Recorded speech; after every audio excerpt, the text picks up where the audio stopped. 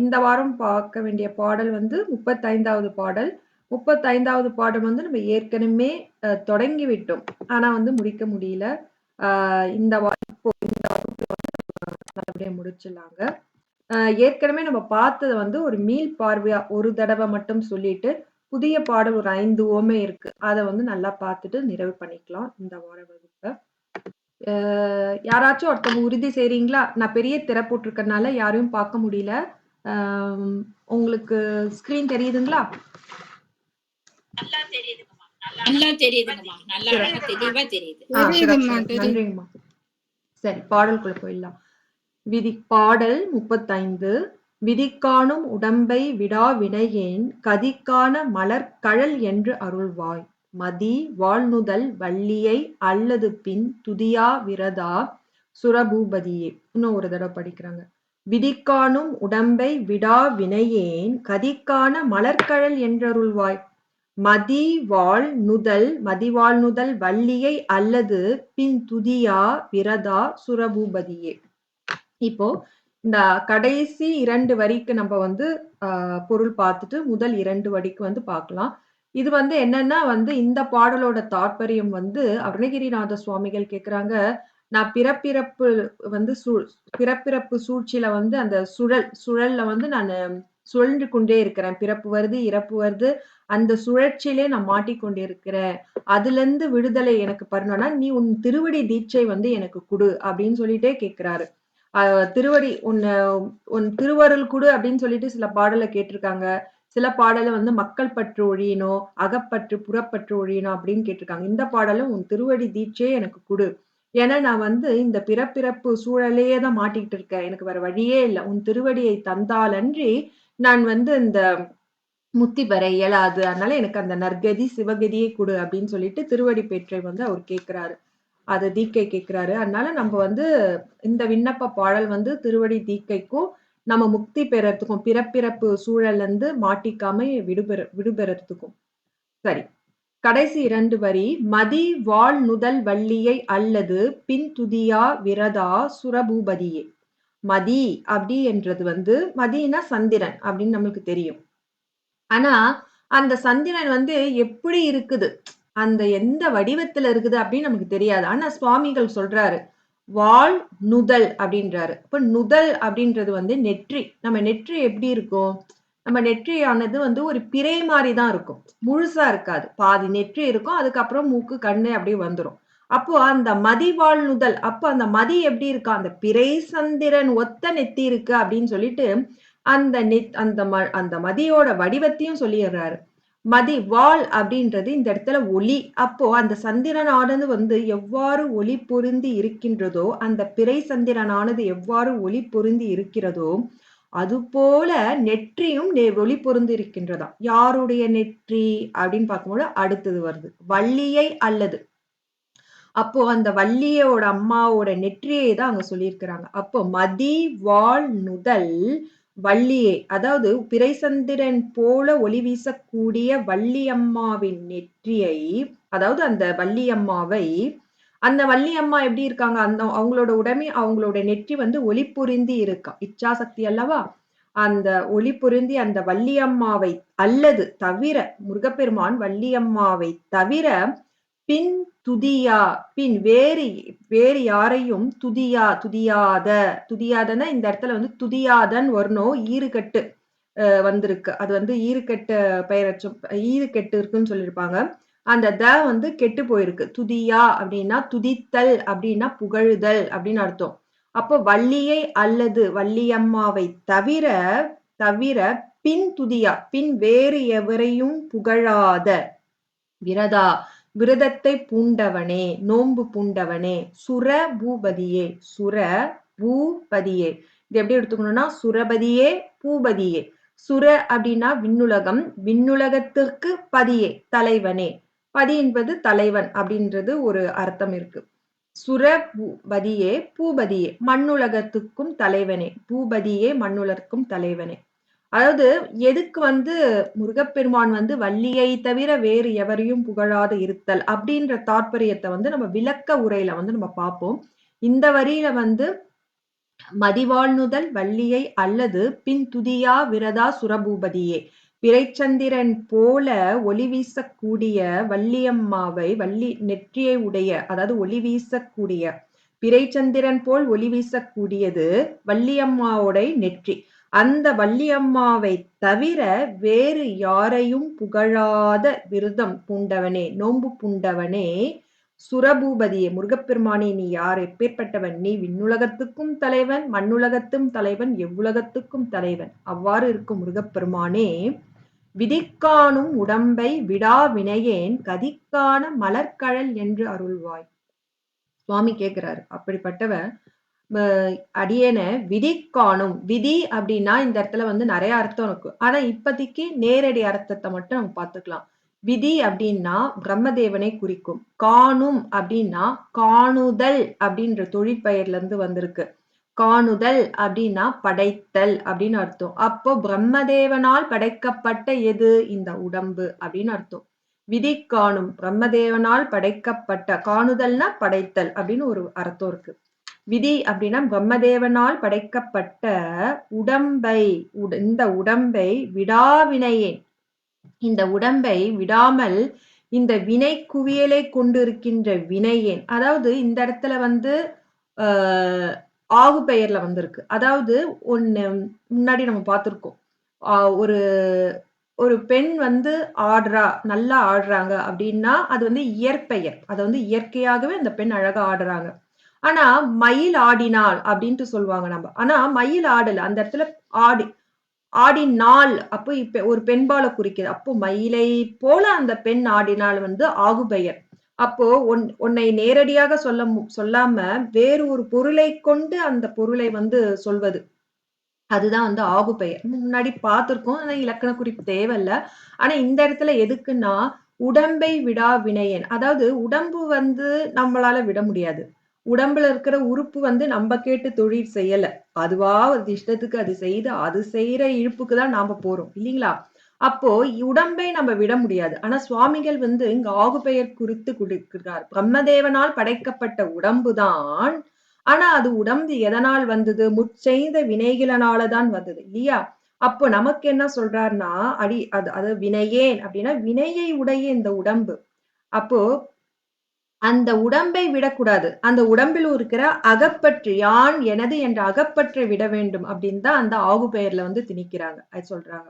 விதிக்காணும் உடம்பை விடா வினையேன் பிரம்மதேவனால் படைக்கப்பட்ட இந்த உடம்பானது விடாமல் வினையேன். எதுக்கு? நான் வினை குவியலை வைத்துக் கொண்டிருக்கிறேன், நான் வினைகளை வைத்திருக்கிறேன், அதனால் வினையேன். வினையேன் கதிகான நற்கதிகான உன் சிவகதிகான நற்கதிகான மலர்கழல் என்றருள்வாய். உன் மலர், அது மலர் என்றாலே தாமரை, உன் தாமரை போன்ற கழல், இதுவும் வந்து ஆகு பெயர் தான். அதுவும் நம்ம பார்க்கலாம். கழல் என்பது ஒரு வகையான அணிகலன், வீரர்கள் வந்து அணிவது வந்து அந்த கழல். அப்ப நம்ம முருகப்பெருமான் வந்து வீர சூர அதிசூரன், வீரருக்கு வீரர் அவர் இல்லையா?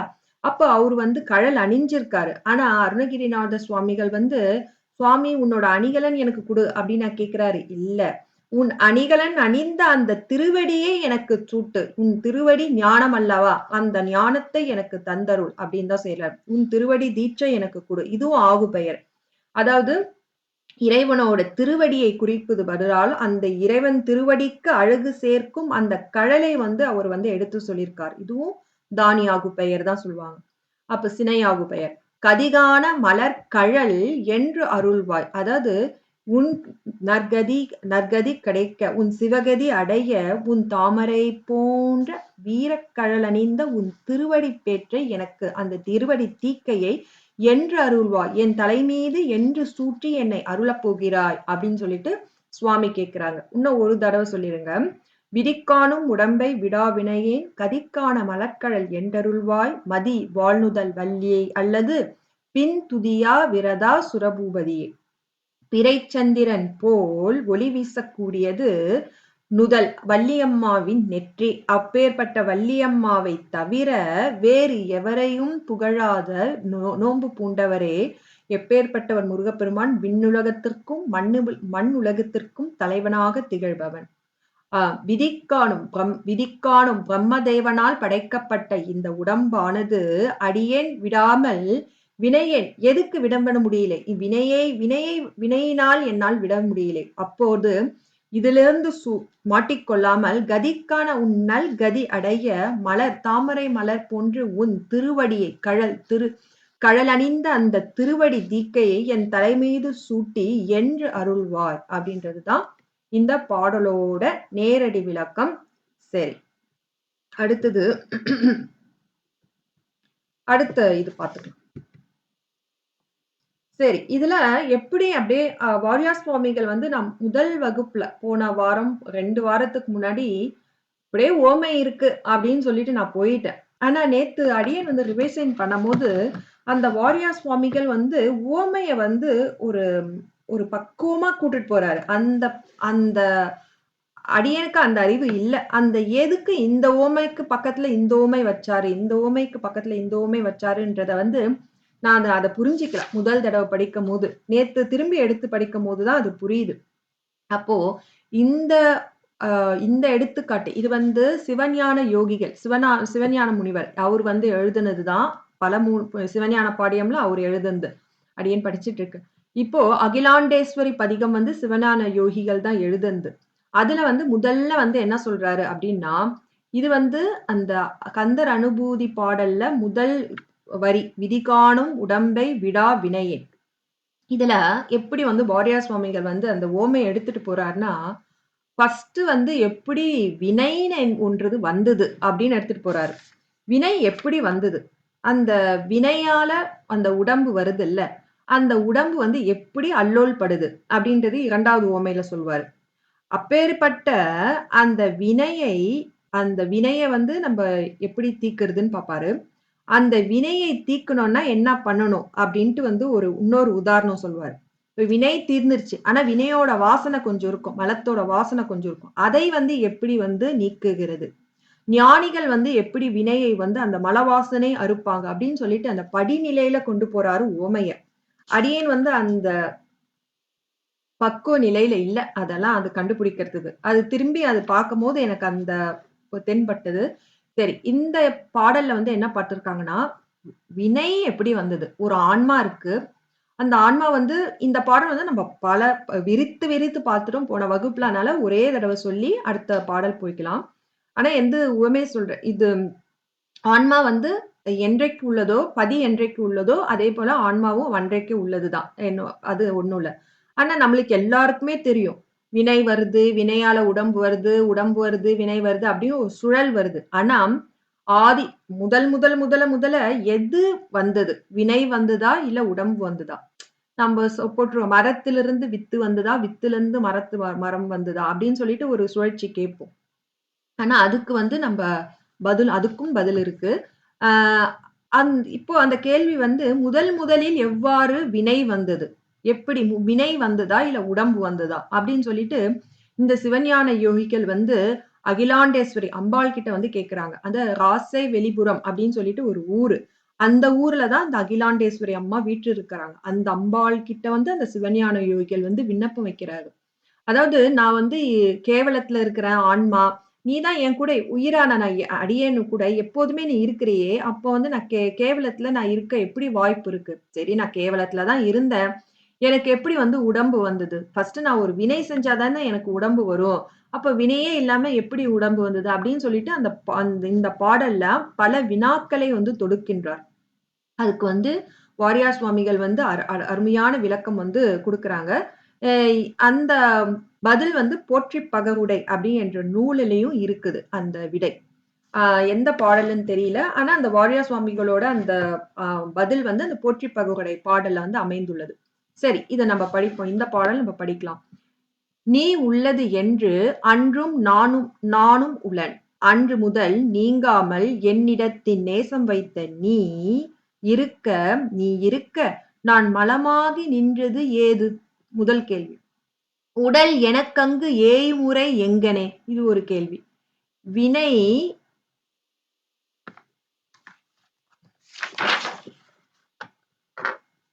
ஓகே.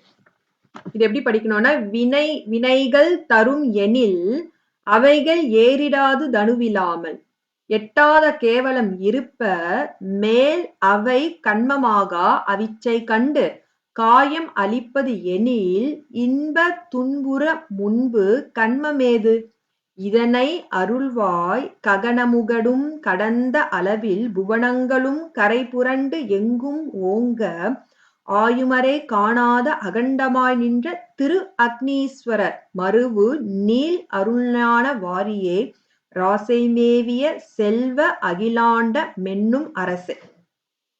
பாடல் படிக்கிறதுக்கே அடியனுக்கு கஷ்டமா இருக்கு. சரிங்க.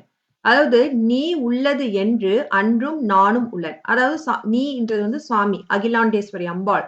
நீ எப்போ இருந்தியோ அப்பவும் நானும் இருக்கேன் அப்படின்னு சொல்றாங்க. அன்று முதல் நீங்காமல் என்னிடத்தில் நேசம் வைத்த நீ இருக்க.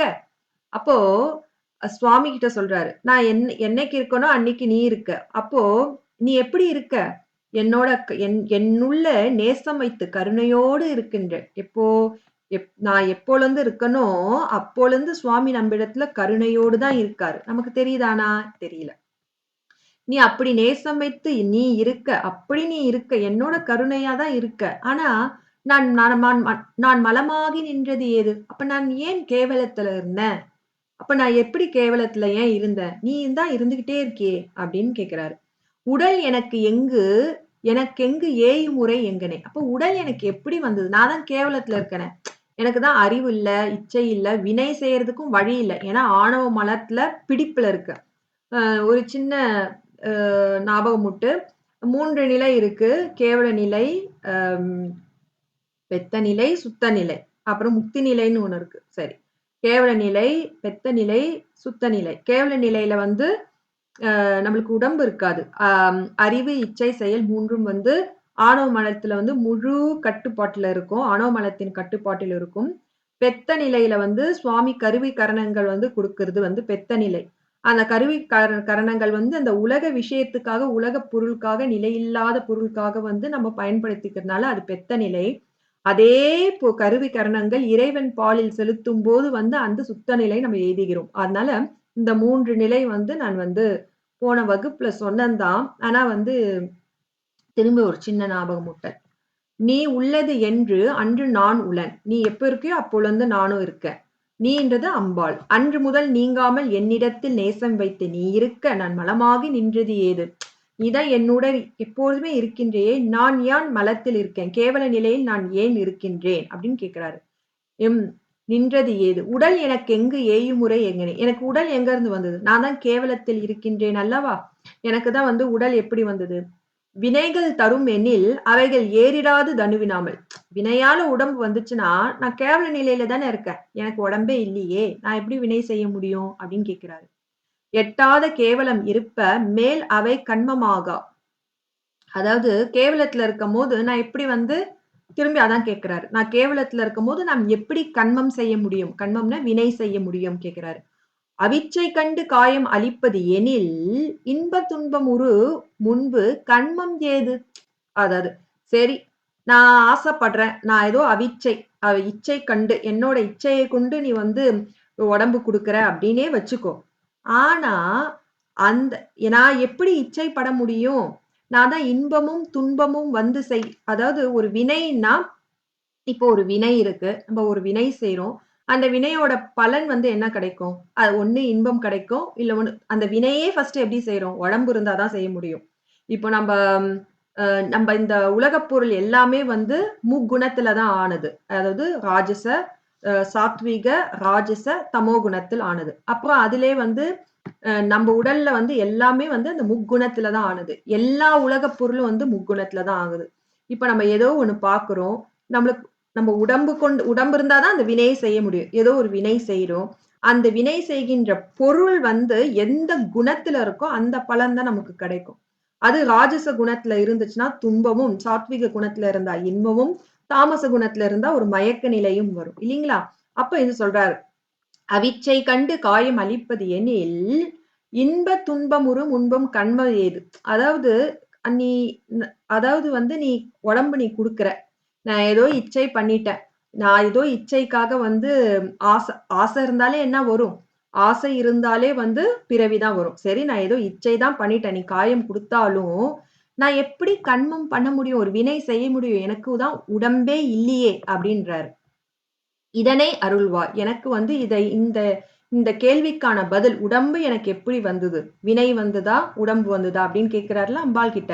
அந்த கேள்வியின் பதிலை இதனை அருள்வாய். ககனமுகடும் கடந்த அளவில் புகனங்களும் கடந்து. ககனமுகடும்ல அந்த பல சிகரங்கள் உயரிய அந்த மலைகளை எல்லாம் வந்து கடந்து எல்லா புவனங்களும் கடந்து இது வந்து அம்பாளோட வியாபகத்தன்மையை வந்து விவரிக்கின்றார்.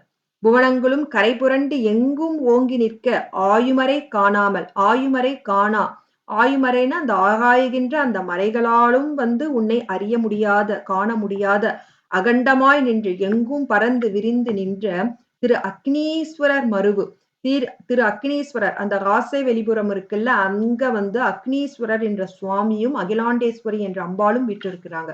அந்த அக்னீஸ்வரர் மருவுகின்ற நீல் அருள் ஞான வாரியே அதாவது அந்த அருளை ஞானத்தை வாரி வாரி தருகின்ற வாரியே வாரினா இங்க கடல் அதாவது அந்த அருளை வந்து கடலாக வாரி கொடுப்பவளாம்.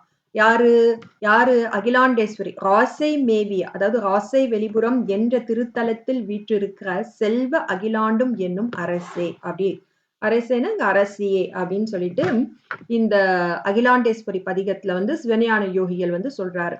அதுக்கு வந்து என்ன பதில் அப்படின்னு பாத்தீங்கன்னா ஆன்மா வந்து ஆரம்பத்துல வந்து கேவல நிலையில தான் இருந்தது. அப்போ சுவாமி வந்து ஆனா ஒவ்வொரு ஆன்மாவும் இயற்கையாகவே ஒரு பக்குவம் உடையது. இப்போ எல்லாருக்கும் வந்து முதல் பிறப்பே எல்லாருக்கும் மனித பிறப்பா இருக்காது. ஆனா சிலவங்களுக்கு முதல் பிறப்பே மனித பிறப்பா இருக்கலாம். ஆனா தெரியாது. ஏன்னா அந்தந்த பக்குவத்தை பொறுத்து இருக்கு. அந்த பக்குவமானது ஆன்மாவோட இயற்கை தன்மை. அது வந்து நம்ம ஒண்ணும் பண்ண முடியாது. அது எப்படி வந்ததுன்றது அதுக்கு காரணம் கிடையாது. அப்போ சுவாமி வந்து முதல்ல அவனோட கருணையினால அனைத்து ஆன்மாக்களுக்கும், எல்லா ஆன்மாக்களுக்கும் சமமாக ஒரு உடல் குடுத்தாரு. அதுதான் நுண்ணுடம்பு. அதுதான் சூக்கும உடம்பு அப்படின்னு அர்த்தம். அந்த சூக்கும உடம்பு எல்லா உயிர்களுக்கும் சமமான கருணையை தான் சுவாமி குடுத்தாரு. ஆனா அந்தந்த சூக்கும உடலை பெற்ற ஆன்மா அதோட பக்குவத்துக்கு ஏத்த மாதிரி செய்த வினையால் அந்த தூள உடம்பு பெறுகின்றது. இப்போ அந்த சூக்கும உடம்பு வந்து அந்த பக்குவ நிலைக்கு ஏத்த மாதிரி அந்த சூக்கும உடம்புனாலே உங்களுக்கு வந்து அகக்கருவிகள் வந்து கொடுக்கப்பட்டன. அந்த கருவிகள் மூலமாக விருப்பு வெறுப்பை எய்தி செய்யும் வினையால் அந்த தூள உடம்பு பெறுகின்றது. அப்போ சில உடம்பு வந்து மனித உடம்பா இருக்கலாம், சில உடம்பு வேற உடம்பா இருக்கலாம். அந்த 7 வகையில வந்து எந்த பிறப்பாக இருக்கலாம். அது எதுனால பொறுத்ததுன்னா அந்த ஆன்மாவோட பக்குவ நிலையை பொறுத்து தான் இருக்கு. அப்போ இப்ப கடவுள் வந்து நம்ம எல்லாருக்கும் ஒரே உடம்பு தான் ஆதி காலத்துல குடுத்திருக்கார். நம்ம ஆன்ம பக்குவத்தின் ஏற்ப நாம் செய்யும் முதல் அகக்கருவியை கொண்டு செய்யும் வினையால் நாம் தூள உடம்பு பெற்றுகிறோம். இப்ப தூள உடம்பு பரு உடம்பு வருது.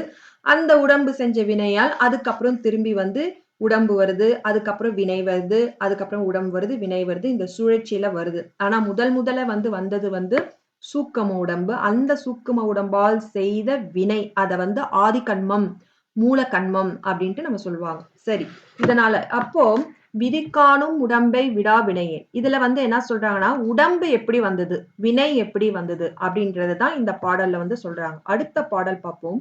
இதுல தாய்மானவர் சொல்றாரு ஒரு ஒரு உடம்பு வந்துருச்சு, ஒரு வினை வந்துருச்சு அப்படின்னா அந்த பிறப்பு வந்து நம்ம எப்படி வந்து உழல்கின்றோம் அப்படின்னு சொல்றாரு. அதாவது பிறப்பிறப்பு சுழற்சி வந்து ஒரு ஆன்மா ஒரு உடம்பை பெற்று எப்படி வந்து அது அல்லோலப்படுகின்றது என்று அந்த வதைகின்ற அந்த உதாரணத்தை வந்து சொல்றாரு. முதல் பாடல்ல எப்படி உடல் வந்தது முதல்ல எப்படி வினை வந்தது அப்போ நுண்ணுடம்பு அதுக்கப்புறம் தூள உடம்பு வந்து நுண்ணுடம்பு அதுக்கப்புறம் தூள உடம்பு வருது.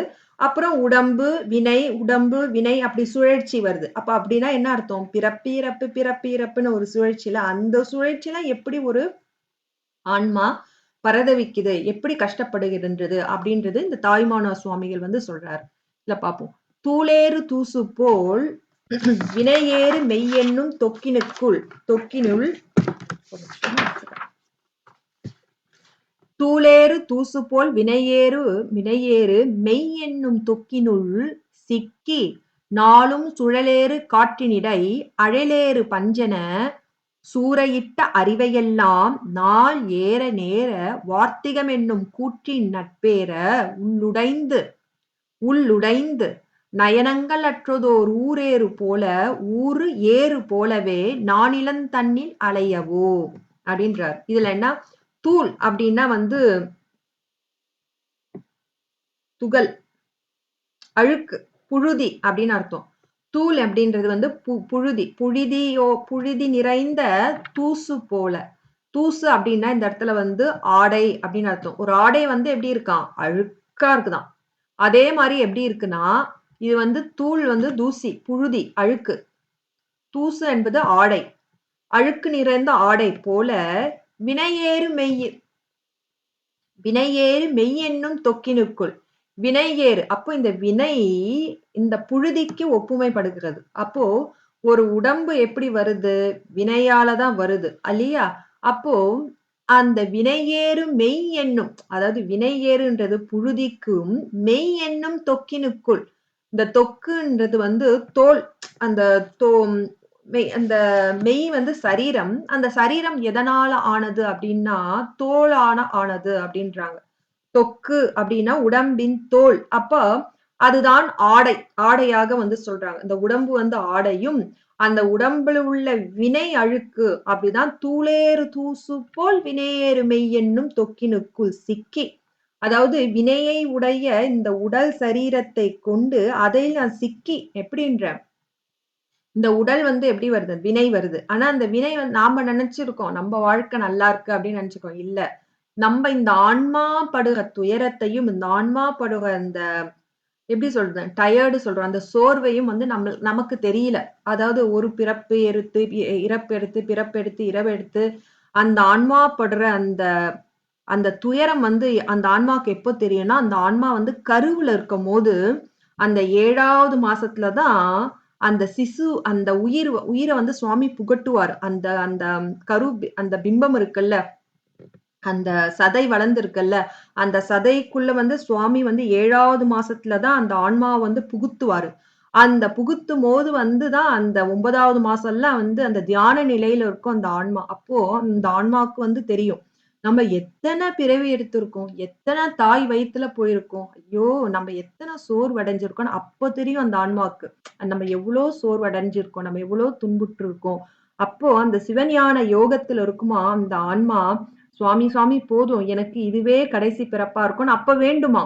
ஆனா உடனே அந்த வெளியில வந்த உடனேயே அந்த எந்த ஞானத்தை கொண்டு இருக்கோ அது எல்லாமே மறைக்கப்பட்டு அந்த இன்பம், அந்த உலக போகத்துல அந்த ஆன்மா அனைத்தும் மறந்துடும். அந்த மாயையில அனைத்தும் மறைந்துடும். அது மாதிரி ஆன்மாக்கு தெரியும். ஆனா எல்லா நேரத்திலும் தெரியுமா அப்படின்றது தெரியாது. அந்த சில நேரத்தில், அந்த சில கருவில் இருக்கும் போதெல்லாம் அப்ப ஆன்மாக்கு தெரியும் எத்தனை பிறப்பு நம்ம உழன்று இருக்கிறோம். அதுதான் அங்க தாயுமானவர் சொல்றாரு பாருங்களேன். தூளேறு தூசு போல, அதாவது அழுக்கு நிறைந்த ஆடை போல. எது எனக்கு அழுக்கு, வினைதான் எனக்கு அழுக்கு. மெய் என்னும் தொக்கு, அதாவது உடல் என்னும் தோல். இந்த உடல் ஆடை, எப்படின்னா இந்த உடல் தோலால மறைக்கப்பட்டிருக்குது. அப்போ மெய் என்னும் தொக்கினுக்குள், தொக்குனா உடலின் தோல் அப்படின்னு அர்த்தம். சிக்கி, அதில் சிக்கி, எது இந்த ஆன்மா சிக்கி சுழலேறு காற்றின்டே, அதாவது காற்றின் சுழல்னா சூறாவளி காற்றுல அழலேறு பஞ்சன, அதாவது ஒரு பஞ்சு சாதாரண காத்துல சிக்கி எப்படி பறக்கும், கண்ணாப்புண்ணான்னு பறக்கும். அது போல அப்போ தீ, அந்த பஞ்சுல தீ பட்டுச்சுன்னா அது எப்படி பறக்கும், இன்னும் வேகமா பறக்கும் இல்லையா?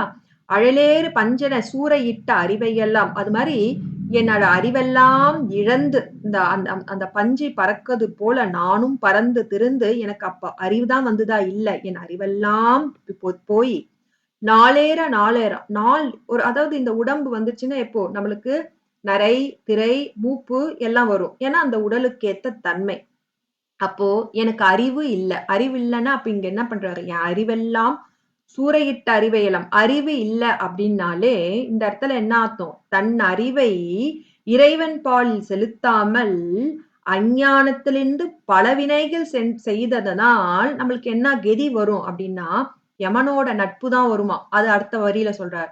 நாளேற நாளேற நாள் செல்ல செல்ல வார்த்திகம் என்னும் கூற்றின் வார்த்திகம் அப்படின்னா வந்து மூப்பு வயசாகிறது கிழத்தன்மை ஆவறது அந்த உடம்புக்கான தன்மை எது நரை திரை மூப்பு இல்லையா அந்த மூப்பு வார்த்திகம் அப்படின்னா வந்து கிழத்தன்மை வருது அப்போ நாளேற நாளேற என் உடம்பு இளமையாவதா இல்ல கிழத்தன்மை என்னும் கூற்றின் நட்பெற கிழத்தன்மை அடைந்து யாரோட நட்பு அடைகிறேன் யமனோட நட்பு அடைகின்றேன் யமனோட நட்பு அப்படின்னாலே என்ன அர்த்தம் நமக்கு அடுத்த பிறப்பு இருக்கு அப்படின்னு அர்த்தம் யமன் கையில் சிக்கிவிட்டால் நமக்கு பிறப்பு உண்டு யமன் தூதர் இல்லாமல் நம் கந்தலோகத்தில் ஒரு சிவலோகத்தில் வந்து தூதர்கள் வந்தாக்கா நமக்கு பிறப்பில்லை இப்போ நாளேற நாளேற வார்த்திகம் என்னும் கூற்றின் நட்பேற அதாவது நாளேற நாளேற இந்த உடம்பு வயதடைந்து கூற்றுவனோட யமனோட நட்பை அடைந்து அப்போ நம்மளுக்கு என்ன நம்மளுக்கு சந்தோஷமா இருக்கும் இல்ல உள்ளுடைந்து என் மனது உடைந்து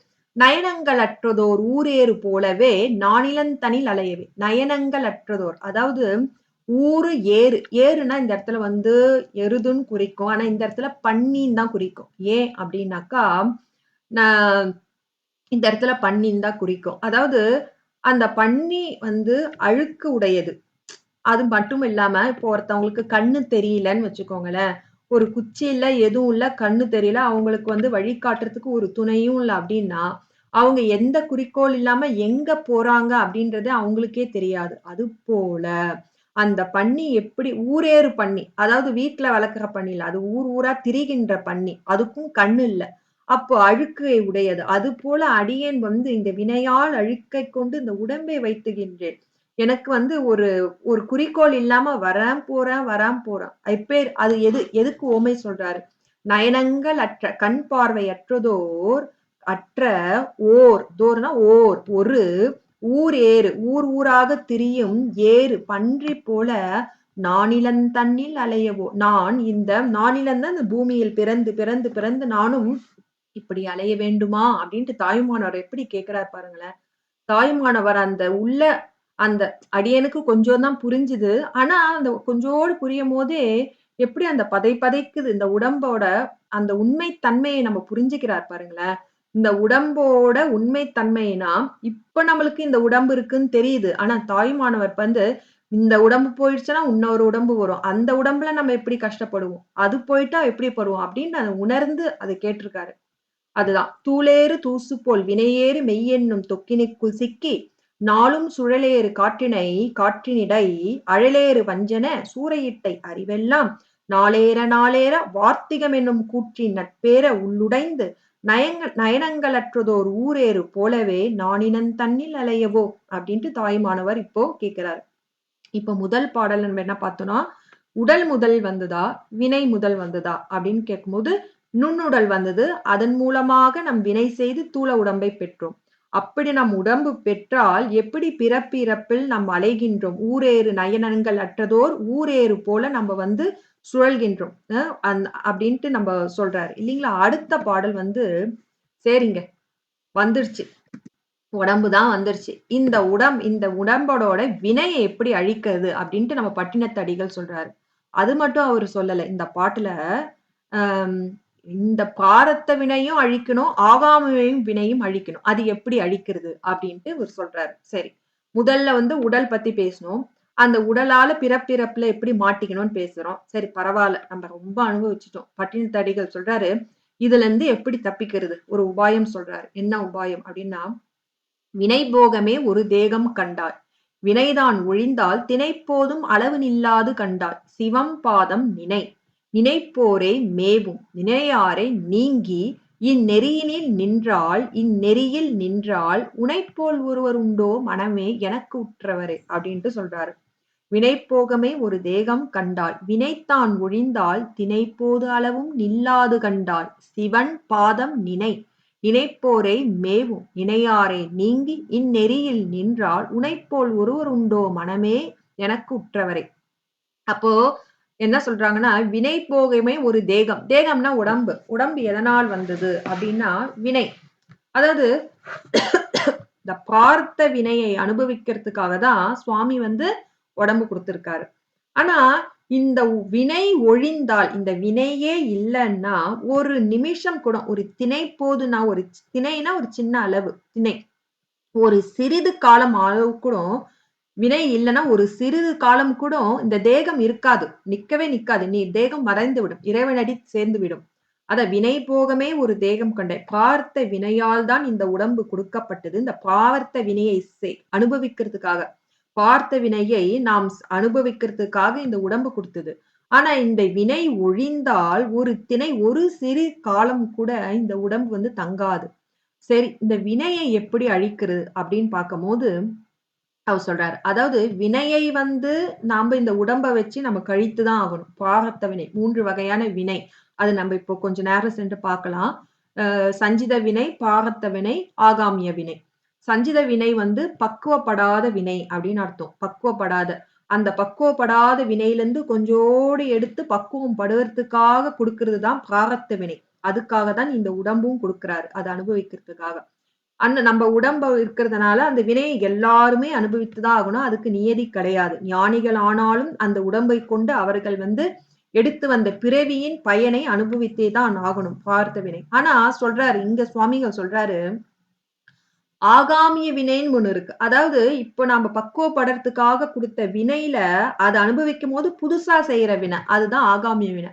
அதுவும் வரணும்ல. அதையும் ஒழிஞ்சாதானே நம்மளுக்கு பிறப்பிறப்பு சுழற்சியில இருந்து நம்ம விடுதலை கொடுக்க முடியும். அப்ப அவர் சொல்றாரு, சிவன் பாதம் நனை. இறைவனோட திருவடியை சதா சர்வ காலமாக நினைத்துக் கொண்டே இரு. அப்படி உனக்கு நினைக்க முடியலையா? நினைப்போரே மேவு. மெய்யடியார்கள், சிவனடியார்கள், மெய்யடியார்கள் அவர்கள் சதா சர்வ காலமாக சிவபூஜை வழிபாடு செய்து தியானம் பண்ணி கொண்டு சிவன் ஞாமத்தை சொண்டு சிவை சிந்தனையிலே இருப்பாங்க. அவங்களோட போய் சேர்ந்துக்கோ அப்படின்றாங்க. இணையாரை நீங்கு. அப்படி இறைத்தன்மை, அதாவது இறை சிந்தனை இல்லாத இருக்காங்கல்ல, அந்த ஆன்மாவிடம் போய் சேராத. அவங்கள இருந்து நீக்கிவிடு. இந்நெறியில் நின்றால், அதாவது சிவம்பாதம் நினை, இல்லைன்னா நினைப்போரை மேவு. அப்படியே இந்த மாதிரி நெறியில் நின்றால் உனைப்போல் ஒருவர் உண்டோ மனமே எனக்குற்றவரை. அதாவது மனம் கிட்ட சொல்றார். இவ்வாறு நீ இறைநெறியில் நின்றால், அதாவது எப்படி சிவனடியார்களோடு சேர்வது, சிவபூஜை பண்றது, அந்த ஒரு நெறியில் நின்றால், ஏ மனமே நீதான் எனக்கு உற்ற துணை. உன்னை விட வேற எனக்கு உறவு உண்டோ அப்படின்னு சொல்லிட்டு பட்டினத்தடிகள் வந்து அந்த மனம் கிட்டே பேசிக்கின்றார். அப்போ இதுதான் வினை எப்படி அறுப்பது அப்படின்னா, பிராரத்த வினை நாம் அது அனுபவித்தே தான் ஆக முடியும். ஆனா புதுசா செய்யற வினையை நாம் எந்த வினையும் இறைவன் பால் முன்னிறுத்தி சிவார்ப்பணம் இது சிவபெருமான் இல்ல முருகப்பெருமான், முருகா இது வந்து நின் செயல் அன்று என் செயல் இல்லை அப்படின்னு சொல்லிட்டு ஒரு சின்ன சின்ன விஷயமும் ஒரு சின்ன சின்ன சிந்தனையும் நான் முருகனை முன்னிறுத்தி சிவபெருமானை நின்னிறுத்தி நாம் செய்யும் போது ஆகாமியும் வினை இருக்காது. இல்ல சிவனடியாரோடு சேர்ந்துரு, அப்போ ஆகாமியம் வினை இருக்காது அப்படின்னு சொல்றாரு. இது பட்டினத்தடிகள். அடுத்தது சிவஞான போதம். இந்த சிவஞான போதம் பாத்தீங்கன்னா திரும்பி இப்ப நம்ம பார்த்த உதாரணம் எல்லாமே முதல் வரிக்கு தான். விதி காணும் உடம்பை விடாவினே தான். இந்த சிவஞான போதத்துல வந்து இது பாத்தீங்கன்னா 12வது சூத்திரம். சிவஞான போதத்துல வந்து 12வது சூத்திரத்துல வந்த உதாரணம் என்பா.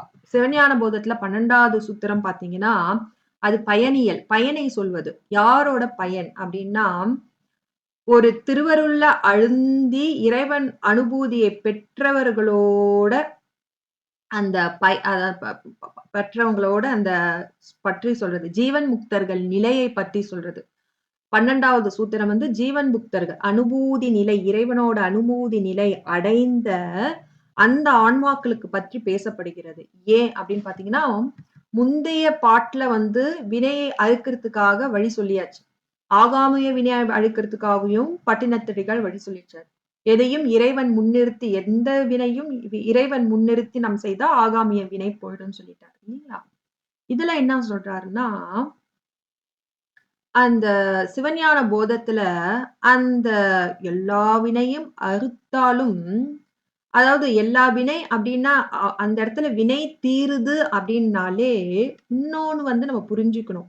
நம்ம அக இருள் கொஞ்சம் கொஞ்சமாக மென்மை அடைகிறது, நலிவடைகிறது. நம்மளோட ஆணவ மலம், அந்த அஞ்ஞான அறிவு இருக்குல்ல, அந்த அறிவு கொஞ்சம் கொஞ்சமா வெளிச்சத்துக்கு வருகின்றது அப்படின்னு அர்த்தம்.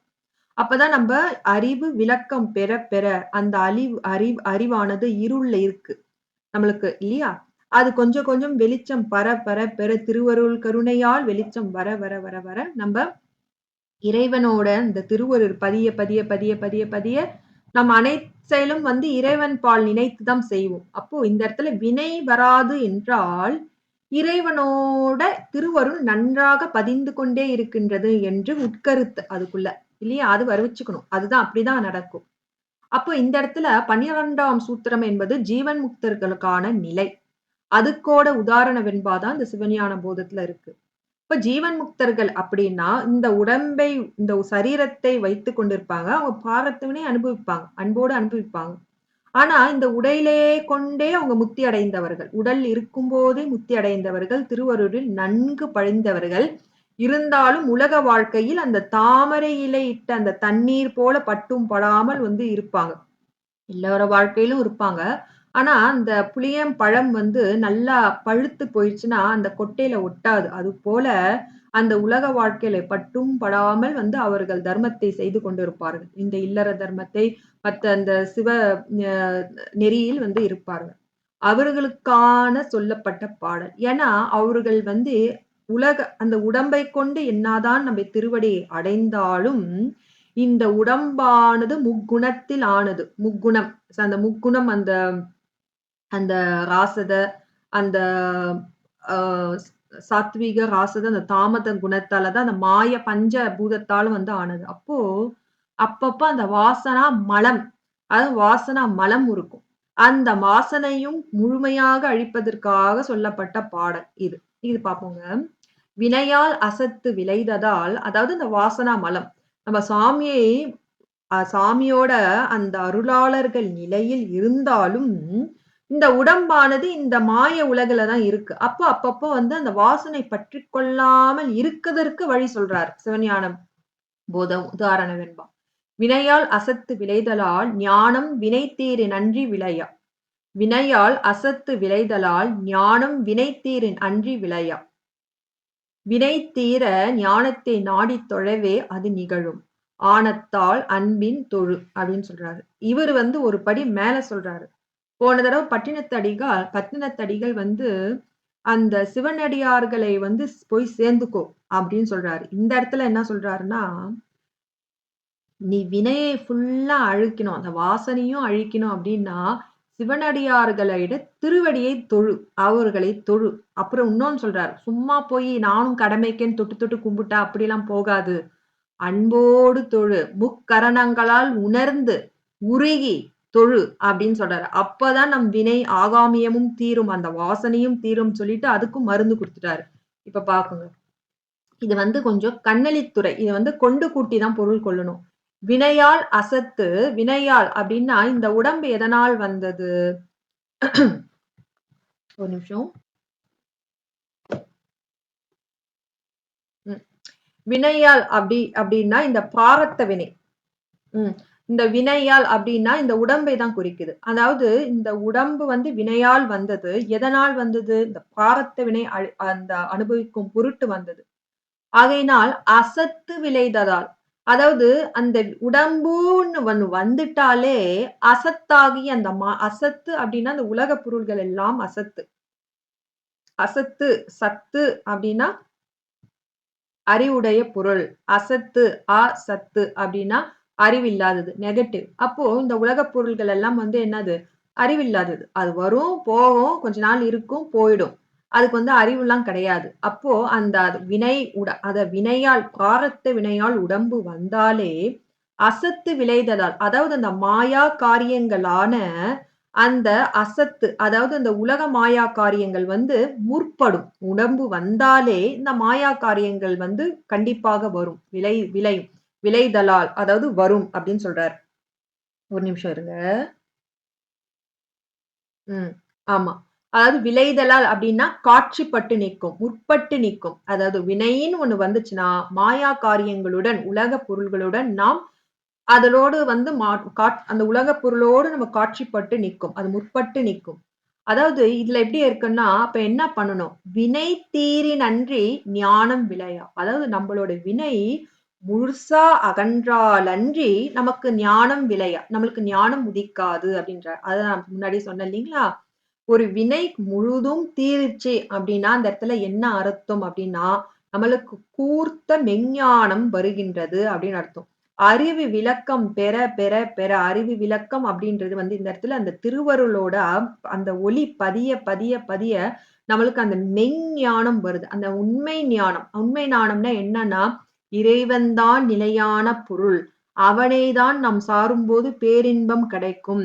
மிற்ற பொருள்கள் எல்லாம் வந்து அசத்து பொருள், நிலையில்லாத பொருள் அப்படின்ற ஒரு ஞானம், உண்மைத்தன்மை கிடைக்கும். அப்போ அந்த ஞானம் வந்தால்தான் அந்த ஞானம் எப்போ வரும்னா வினையெல்லாம் தீர்ந்தாதான் வருமா. அப்போ அந்த வினையெல்லாம் தீர வரைக்கும் அந்த திரோதான சக்தி நம்மூட இருந்து அந்த வினை தீரும். அதே சமயம் நம்மளுக்கு பக்குவமும் கொடுப்பா அந்த அம்மா. அந்த பக்குவம் கொடுக்க கொடுக்க கொடுக்க அந்த திரோதான சக்தியானவள் அதுவே திருவருள் சக்தியாக கொடுக்கும் போது நம்மளுக்கு நம்ம முழுசா வந்து எப்போ வரும் வினை தீரும்போது அந்த திரோதான சக்தி வந்து பிற்பட்டு அந்த திருவருள் சக்தி வந்து முற்பட்டு இருப்பா. அதான் வினையால் அசத்து. இந்த வினை என்ற பார்த்த வினையால் வந்த உடம்பு வந்தாலே அசத்து விளைததால் அதாவது மாயா காரியங்கள் காட்சிப்பட்டு நிற்கும். ஆதலால் வினை தீரு நன்றி வினை தீர்ந்தால் ஒழிய ஞானம் விளையா, ஞானம் வந்து விளையாது வராது அப்படின்றாரு. வினை தீர அப்படி வினை தீரணும்னா என்ன பண்ணணும்? ஞானத்தை நாடி தொழு அதுவே அது நிகழும். ஞானத்தை நாடி தொழவே அது நிகழும். ஞானத்தை அப்படின்னா இந்த இடத்துல சிவனடியார்கள் மெய்யுணர்வு பெற்ற மெஞ்ஞானத்தை பெற்ற சிவனடியார்களை நாடி அவர்களை தேடி தொழு போய் தொழு அவர்களை வணங்கு. வணங்கினால் எது நிகழும்? வினை தீர்ந்து ஞானம் உதிக்கும், ஞானம் விளையும் அப்படின்னு சொல்றாரு. ஆனத்தால் ஆதலால் அன்பின் தொழு அவர்களை எப்படி சொல்லணும்? கடமைக்கு தொழுவாத அன்போடு தொழு அப்படின்ட்டு சொல்றாரு. அப்போ ஆகையினால நம்ம வந்து இந்த பாடல்ல வந்து அந்த அகிலாண்டேஸ்வரி பதிகத்துல வினை ஃபர்ஸ்ட் எப்படி உடம்பு வந்தது?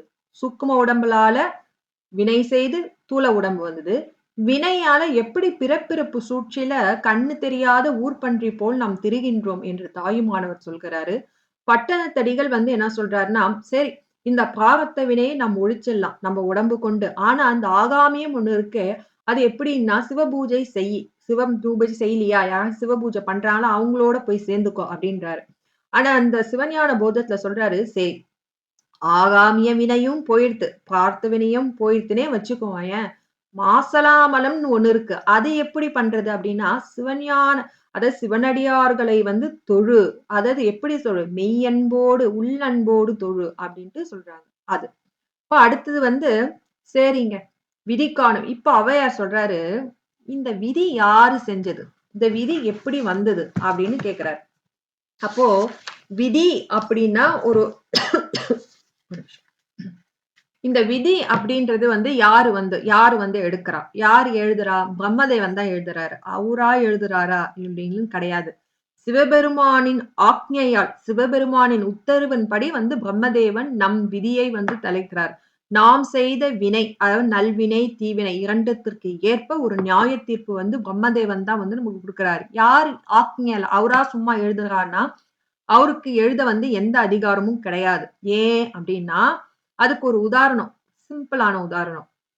இந்த இவர் இருக்கார்ல, அவர் பேர் என்ன? மன்மதன் இருக்கார்ல, அவர் அம்பு எய்துவார்ல. அப்ப அம்பு எய்தும் போது பிரம்மதேவர் தான் மன்மதனை அனுப்புவாரு. அவன் போமாட்டான் தெரியும். சுவாமி கிட்ட போனா நம்ம செத்துருவோம்னு தெரியும். இருந்தாலும் பிரம்மதேவர் கையில சாவறதோட நம்ம சுவாமி கையில சாவறது வந்து பல மடங்கு இல்லையா? முக்தி கிடைக்கும். அதனால சரின்னு சொல்லிட்டு பிரம்மதேவர் வற்புறுத்தின்படி வந்து சுவாமி கிட்ட போயிடுறாரு. கனையை விடுத்துட்டாரு. சுவாமி கண் பாக்குறாரு. அதுல இருந்து அவ்வோண்டு தீப்பொறி வந்து அவரை வந்து எரித்து சாம்பலாக்கி விட்டது இல்லையா? ஆனா அந்த இடத்துல பிரம்மதேவன் படைப்பு கடவுள் தானே. அப்போ அந்த மன்மதனோட உடம்பை வந்து அவர் வந்து படைத்துக்குள்ள கொடுக்கலாலே, ஏன் முடியல அப்படின்னா அவருக்கு வந்து அந்த சுதந்திர தன்மை கிடையாது. ஏன்னா அவரும் ஆன்ம வர்க்கம். அவருக்கு ஒரு கற்ப காலத்துல அழிவு உண்டு. ஆன்ம வர்க்கம். அவருக்கு வந்து அந்த தன்னிச்சையாக செய்யும் அந்த சுதந்திர தன்மை கிடையாது. சுதந்திர தன்மை வந்து முருகப்பெருமான், விநாயகப் பெருமான், அந்த அம்பாள், அந்த சிவபெருமானுக்கே வந்து உரிய தன்மை தவிர அந்த பிரம்மதேவனுக்கு கிடையாது. அப்போ இந்த இடத்துல பிரம்மதேவன் நம்ம தலையில விதிதான் எழுதுறாரு, இல்லன்னு சொல்லல. ஆனா அது யாரோட ஆக்ஞையால எழுதுறாருன்னா, சிவபெருமான், முருகப்பெருமான் ஆக்ஞையால தான் எழுதுறார். அதுதான் சொல்றாங்க. ஔவையார் சொல்றாங்க. ஔவையார் பாட்டு வந்து அந்த ஔவையார் வந்து பொறக்குறாங்க.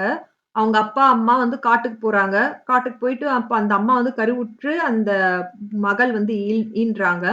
அப்போ அந்த அவரோட ஔவையாரோட அப்பா வந்து அந்த குழந்தைய அப்படியே விட்டுட்டு வா அப்படின்னு சொல்லும்போது, அது பச்சை குழந்தை. அப்ப அந்த அம்மா பதைக்குது. அப்ப இத நான் எப்படி விட்டுவேன் அப்படின்னும்போது, அந்த குழந்தை வந்து பேசும். அது என்ன பேசும்னா, "இட்டமுடன் என் தலையில் இன்னபடி என்றெழுதி, விட்ட சிவனும் செத்து விட்டானோ, முட்ட முட்ட பஞ்சமேயானாலும் பாகம் அவனுக்கு அன்னாய் நெஞ்சமே அஞ்சாதே நீ." அப்படின்ட்டு. இதுல அன்னாய் அப்படின்றது ஆமா. இதுல அன்னாய் அப்படின்னு வருது வந்து ஒரு அசைநிலை. அசைநிலைனா அது வந்து ஒரு இலக்கணத்தை நிரப்புவதற்காக போட்ட ஓசை எழுத்து. அதுக்கு வந்து அர்த்தம் கிடையாது. இட்டமுடன் என் தலையில். அதாவது என்னோட தலையில இஷ்டப்பட்டு பிரம்மதேவன் வந்து என்னோட விதி எழுதியிருக்காரு. அது இன்னபடி என்றெழுதி. அது இப்படித்தான் இருக்கணும். இந்த குழந்தை இந்த பிறவியில் இப்படிதான் இந்த இருக்கணும்ன்ற ஒரு நியதியோட எழுதியிருக்காரு. அது சும்மாவா எழுதினாரு? இல்ல. நான் செய்த வினைக்காக எழுதியிருக்காரு. "விட்ட சிவனும் செத்து விட்டானோ" அப்படி என்றெழுதி விட்ட சிவனும். அதாவது சிவபெருமான் ஆக்கையினால் எழுதப்பட்ட அந்த விதி என்றெழுதி விட்ட சிவனும் எழுதி விட்டானோ. என்றெழுதி விட்ட சிவனும் செத்து விட்டான். என் தலையில யார் எழுதுனது? சிவபெருமான் தான் எழுதினாரு. யார் மூலம்? பிரம்மதேவர் மூலம். அந்த அந்த சிவன் செத்து விட்டானோ? இல்ல. அவரு தானே என்ன படைத்தாரு இந்த உடம்ப. அப்போ பாரம் யாருக்கு? அவருக்கு தான். எல்லா நஷ்டமும், பாரமும் அவர் கஷ்ட நஷ்டம் அவருக்கு தான். ஏன்னா என்ன தானே அவர் படைச்சாரு. அப்ப சொல்றாரு. அந்த குழந்தை அம்மா கிட்ட சொல்லுது. "இட்டமுடன் என் தலையில் இன்றபடி என்றெழுதி விட்ட சிவனும் செத்து விட்டானோ, இஷ்டமுடன் என் தலையில இப்படிதான் நீ இருக்கணும் என்று நேதி எழுதினார்ல அந்த சிவபெருமான். அவரு என்ன செத்தா விட்டாரு? முட்ட முட்ட பஞ்சமேயானாலும் பாரம் அவனுக்கண்ணாய் நெஞ்சமே அஞ்சாதனி." முட்ட முட்ட மிகுந்த கொடிய பஞ்சமே வந்தாலும் ஒரு நாட்டில் அந்த பாரம் யாருக்கு? அவனுக்கு. ஏன்னா அதையெல்லாம் அவனால் படைக்கப்பட்டது. அது அழிந்தாலும், அது வளர்ந்தாலும் அவனுக்கே பாரம். என் நெஞ்சமே அஞ்சாதே நீ. அம்மா அந்த அம்மா தாய் கிட்ட சொல்றாரு. ஏன் நெஞ்சமே நீ அந்த தாய் கிட்ட அதான் ஔவையார் வந்து அவங்க அம்மா கிட்ட சொல்றாங்க. நீ வந்து வருத்தப்படாதே. நீ தைரியமாக சென்று போ. சென்று வா. சென்று சென்று கிளம்பு. போயிட்டு வா அப்படின்ட்டு சொல்றாங்க. அதுதான். இதுல இந்த உவமையில வந்து பிரம்மதேவனால் விதிக்கப்பட்டதுதான் விதி அப்படின்னு சொல்லிட்டு ஔவையார் வந்து ஒரு சொல்லிட்டாங்க. அது யாரால் விதிக்கப்பட்டது அப்படின்னா, சிவனால் விதிக்கப்பட்டது. அது நான் எல்லாரும் அனுபவிக்க வேண்டும் அப்படின்ட்டு இந்த பாடல் சொல்றாங்க. அடுத்த பாடல் சொல்றாரு, ஒரு கந்தர் அந்தாதியில, அதே பிரம்மதேவன் தான் விதிச்சாலும், அந்த பிரம்மதேவனையும் வீழ்த்தி விடலாம். எப்பொழுது? முருகப்பெருமான் திருவடியை சதா சர்வ காலமாக நினைக்கும் முருக அடியார்கள் அந்த பிரம்மதேவின் விதியையும் தாண்டி அதிலிருந்து மீட்டு விடலாம். அதிலிருந்தும் மீட்டு விடலாம் அப்படின்னு சொல்லிட்டு இந்த பாடல் வரைக்கும் தான் போன தடவை பார்த்தோம் இல்லைங்களா? சரி பார்த்தோம். தீட்டப்படாது இனி உன்னால் என் சென்னி கரை பிறப்பில் தீட்டப்படு ஆவியர் அல்லன் யான். திக்கு நான் மறுப்பு தீட்டு படா முக அசலன் சிறை விட்டவன்தால் தீட்டப்படா இவனையே நினைவன் திசாமுகனே. அதாவது பிரம்மதேவர் கிட்டதான் இந்த அருணகிரிநாத சுவாமிகள் சொல்றார். பிரம்மதேவர் கிட்ட வந்து பேசுறார். திசாமுகனே. திசா அப்படின்னா 4 திசை இல்லையா? அந்த 4 திசை 4 முகனுடையவர் யாரு? பிரம்மதேவன். ஏ பிரம்மதேவனே கேட்டுக்கோ அப்படின்னு சொல்றாரு. ஏ பிரம்மதேவனே திசாமுகனே கேள். தீட்டப்படா இனி உன்னால் என் சென்னி. இது வந்து கொண்டு கூட்டிக்கணும். எப்படின்னா இனிமேல் என் சென்னி என் தலை மீது உன்னால திட்டப்படா எதுவும் இந்த மேல எழுத முடியாது. என் தலையில எந்த விதியும் உன்னால எழுத முடியாதுன்னு கேக்குறாரு. பிளஸ் என்ன சொல்றாரு? கரை பிறப்பில் தீட்டப்படு ஆவியர் அல்லன் யான். கரை பிறப்பில் அதாவது அந்த ஒரு கருப்பையில் போயிட்டு அந்த உதிரத்தில் அடைப்பட்டு அதில் ஆவியர் அல்லன் மற்ற உயிர்களைப் போல நான் வந்து திரும்பி பிறக்க மாட்டேன் அப்படின்னு சொல்றாரு. திக்கு நான் மறுப்பு தீட்டு படா முக அசலன் சிறை விட்டவன் தாள். திக்குனா அந்த எல்லா திசைகளும் அந்த 8 திக்குன்னு சொல்றாங்கல்ல அந்த எல்லா திசைகளிலும் போகக்கூடிய யாரு? நான்னா 4. 4 மருப்பு. மருப்பு அப்படின்னா யானையோட தந்தம். அப்படி மருப்புனா யானையோட தந்தம். அந்த தந்தம் எப்படி இருக்குதாம்? தீட்டு நல்லா கூர்மையா இருக்குதாம். அ படா. அ அப்படின்னா அந்த அப்படின்னு அர்த்தம். படா அப்படின்னா அந்த யானையோட பட்டம் அப்படின்னு அர்த்தம். முக படா படா முக அசலன். முக அசலன் அப்படின்னா இந்த இடத்துல வந்து அந்த இதுல ஒரு வார்த்தை விட்டு போச்சு.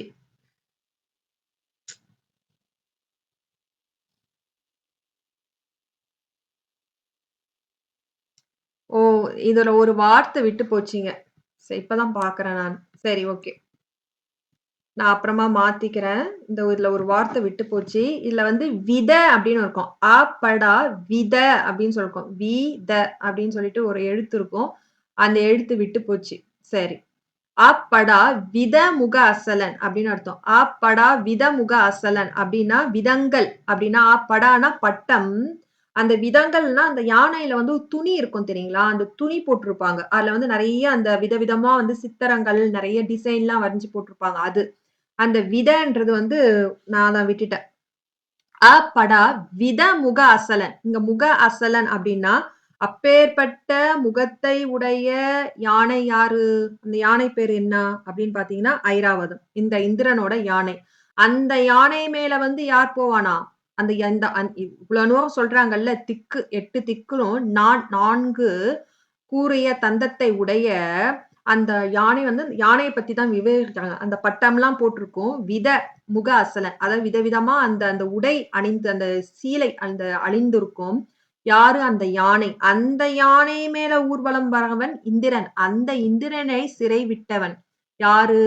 அந்த சிறை விட்டவன் ஒருத்தன் இருக்கான்ல, அவன் தாளை பிடி அப்படின்றாங்க. அவன் தாளை திருத்தாளை தீட்டப்படா ஒரு காலும் தீட்டப்படான்னா ஒரு காலும் அழிவில்லாத தாள் அது அப்படின்னு அர்த்தம்.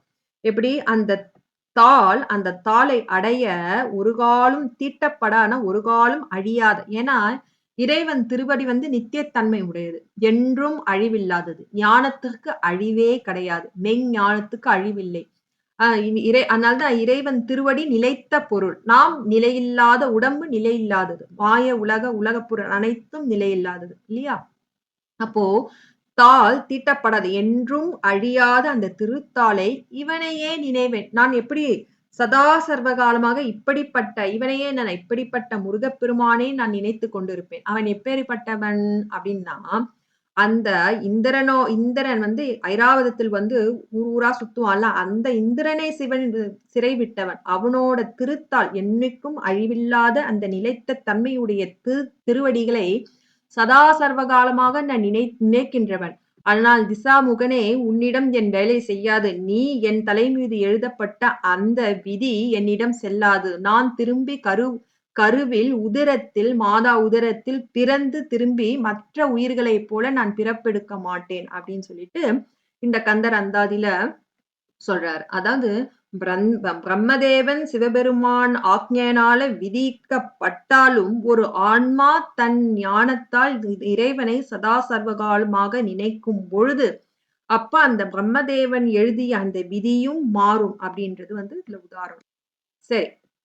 இதுல இருந்துதான் நம்ம பாடத்தை ஆரம்பிக்கணும். இது விதி காணும் உடம்பை விடாவினை. இதுல திருமந்திர சொல்றாரு. இந்த திருமந்திரம் வந்து யோகி இல்லையா? அவரு சொல்றாரு, நான் வந்து அப்பேற்பட்ட வினையை என்னோட ஞான வாளாலே வெட்டி வீசி விடுவேன் அப்படின்னு சொல்றாரு. எப்படி அப்படின்னு பார்ப்போம். பிரம்மன் எழுதின அதே விதியை நான் அந்த விதி விதி இருக்கு. அந்த விதியால் தான் அந்த உடம்பு வருது. உடம்பால அந்த வினையெல்லாம் வருது. அந்த வினையை நான் எப்படி வந்து எதிர்கொள்வேன் அப்படின்னா, என்னோட ஞான வாளினால் வெட்டி வீழ்த்து விடுவேன் அப்படின்னு சொல்றாரு. பிரிந்தேன். இதுல இருந்து நம்ம பார்க்க வேண்டியது வந்து 5 உவமை தான் இருக்கு. பிரிந்தேன் பிரமன் பிணித்த ஓர் பாசம். ஒரு நிமிஷம். பிணித்ததோர் பாசம் அப்படிதான் படிக்கணும்.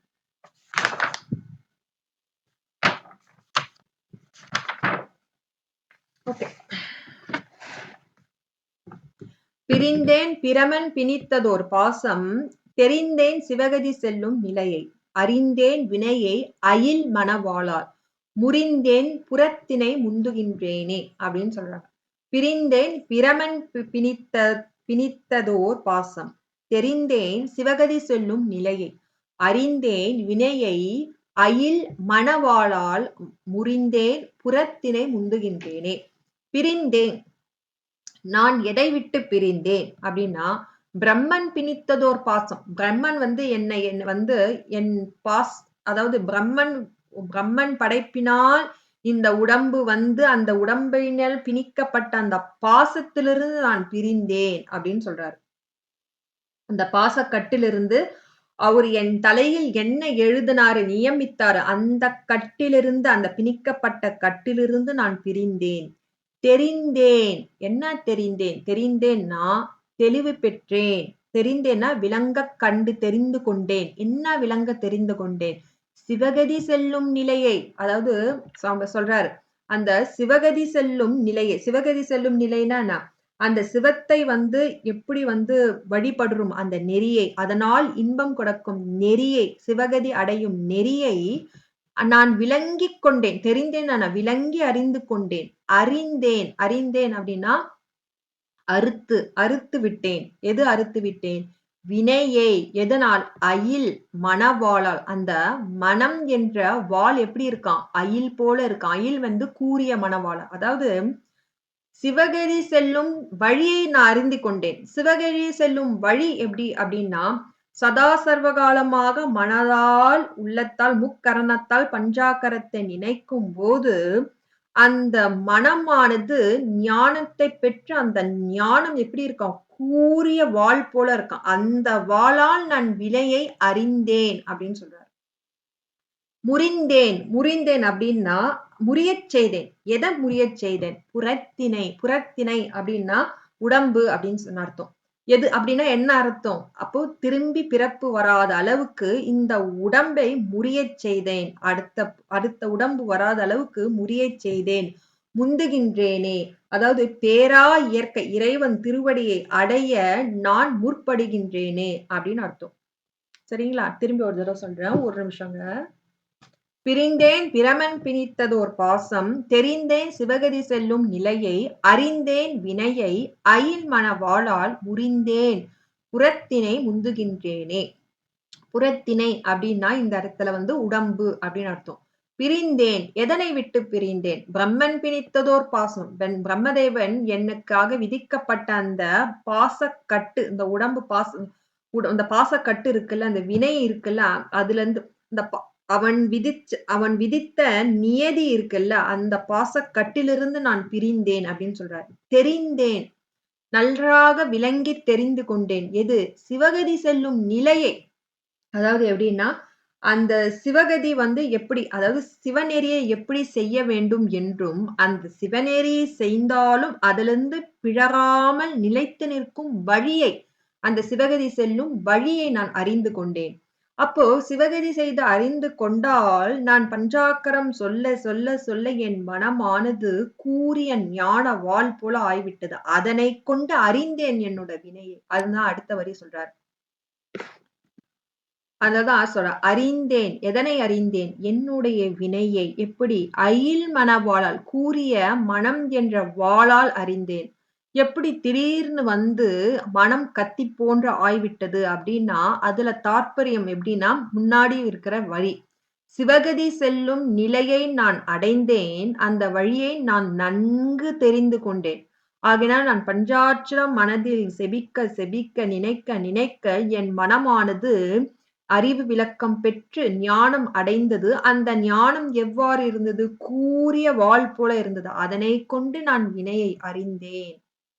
வினை மட்டும் அறியவில்லை, முறிந்தேன், முறித்து விட்டேன். எதனை? புறத்தினை, உடம்பை நான் இனி வராத அளவுக்கு அதனை முறியச் செய்து விட்டேன். முந்துகின்றேனே. நான் இந்த உடம்பை முறியடிக்க செய்து நான் இறைவன் திருவடியை பேரா இயற்கை எய்த நான் முற்படுகின்றேன் அப்படின்னு சொல்லிட்டு திருமூலர் திருமந்திரம் வந்து சிம்பிளா என்ன சொல்றாருன்னா, ஞானம் என்கின்ற வாளால், கூரிய வாளால் என் வினையை அறுப்பேன் அப்படின்னு சொல்றாரு. சரி, இப்போ திருவள்ளுவர் வந்து என்ன சொல்றாரு அப்படின்னு பாத்தீங்கன்னா, இதுலயும் ஒரு அசைச்சொல் இருக்குன்னு நினைக்கிறேன். அசைச்சொல் இதுல எதுன்னு தெரியலையே. சரி, இருக்கு. இதுல என்ன சொல்றாருன்னா, திருவள்ளுவரு, அ மற்றும் தொடர்பாடு எவன்கொல் பிறப்பறுக்கல் உற்றார்க்கு உடம்பும் மிகை. அதாவது ஒரு நல்ல ஞானி இருக்காங்க அப்டின்னா, கொல் அப்டின்றது வந்து அசைநிலை. இதுக்கு வந்து அ அர்த்தம் கிடையாது. ஓசையை நிரப்புவதற்காக வந்து போட்டது. மற்றும் தொடர்பாடு எவன்கொல் பிறப்பறுக்கல் உற்றார்க்கு உடம்பும் மிகை. அதாவது பிறப்பறுக்கல், அதாவது ஒரு ஞானி எனக்கு இனி வந்து பிறப்பு வேண்டாம். போதும். இப்பிறவியே போதும். என் இறைவன் திருவடியை அடைய வேண்டும். நான் வந்து இனி எனக்கு பிறப்பு வேண்டாம். பிறவி துன்பத்திலிருந்து விடுபட வேண்டும் அப்படின்னு நினைப்பாங்கல்ல.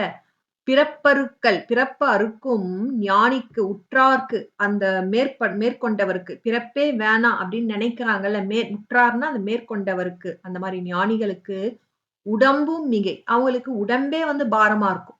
அவங்களுக்கு உடம்பே வந்து அவங்களுக்கு பாரமா இருக்குமாம். அது அது அதுவே அதிகம் அவங்களுக்கு. மற்றும் தொடர்பாடு எவன்கொல்? அப்படி இருக்க ஞானிக்கு மற்றும் வேற தொடர்பாடு எதுக்கு? எவன்கொல்? எவன்கொல்னா வேற தொடர்பாடு எதுக்கு? ஏன்? அப்படின்னு கேட்கிறாரு.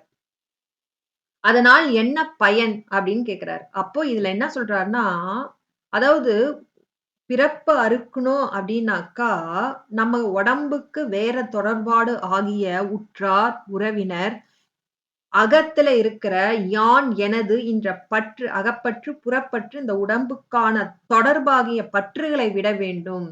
அப்படி வேற பற்று எது இருக்கு அப்படின்னு கேட்கிறார். நீ அப்படின்னா என்ன அர்த்தம்? நீ பிறவி துன்பத்த அடையணும். அது பிறவி துன்பத்திலிருந்து மீண்டணும்னு நினைக்கிற. இல்லையா? அப்ப நினைக்கும்போது, நீ ஏன் புறப்பற்று, அகப்பற்று வைத்திருக்கின்றாய்? உனக்கு அதுவே அத நீத்தாலன்றி உனக்கு பிறவி துன்பத்திலிருந்து விடுதலை கிடைக்காதல்லவா? அப்படின்றதையும் சொல்றார். பிறப்பறுக்கல். நீ பிறவி துன்பத்திலிருந்து மீள வேண்டும் என்று உற்றார்க்கு மேற்கொண்டவர்களுக்கு உடம்பும் மிகை. உடம்பும் வந்து பாரமானது. மற்றும் தொடர்பாடு எவன்கொல்? அப்படி இருக்க உனக்கு வேறு தொடர்பாடு வந்து எதுக்கு? அப்படின்னு கேட்கிறார். அதாவது அகப்பற்று, புறப்பற்று ஏன்? அப்படின்னு கேட்கிறார். அதுதான் இந்த பாடல். பிறப்பறுக்கல் உற்றார்க்கு உடம்பும் மிகை. அதாவது பிறவி துன்பத்திலிருந்து விடுபட வேண்டும் அப்படின்னு மேற்கொண்டவர்களுக்கு உடம்பும் மிகை. உடம்பும் வந்து அது அதிகம். அப்படி இருக்கும்போது மற்ற தொடர்பாடு எவன்கொல்? அவ்வாறு இருக்கும்போது மற்ற தொடர்பாடு, இந்த உடம்புக்கான தொடர்பாடு புறப்பற்று, அகப்பற்று ஏன் வைத்திருக்கின்றாய்? அதுவும் அது அதனால் என்ன பயன் வரும்? பிறப்பு தான் வரும். அது எதுக்கு? அப்படின்னு கேட்கிறார். அடுத்து திருமந்திரம். திருமந்திரத்துல இதுல என்ன சொல்றாரு அப்படின்னு பாத்தீங்கன்னா, அ இப்போ அடுத்த வழிக்கு நம்ம வந்தாச்சு. என்ன வந்தாச்சு அப்படின்னா, கதிக்கான மலர்க்கழல் என்று அருள்வாய்.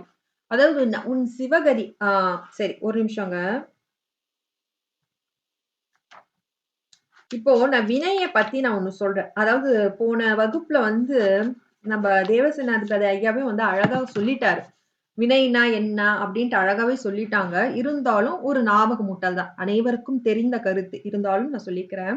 இப்போ வினை அப்படின்னாக்கா 2 வகைப்படும். நம்ம பண்ற வினை இருக்கு. நல்வினை, தீவினை.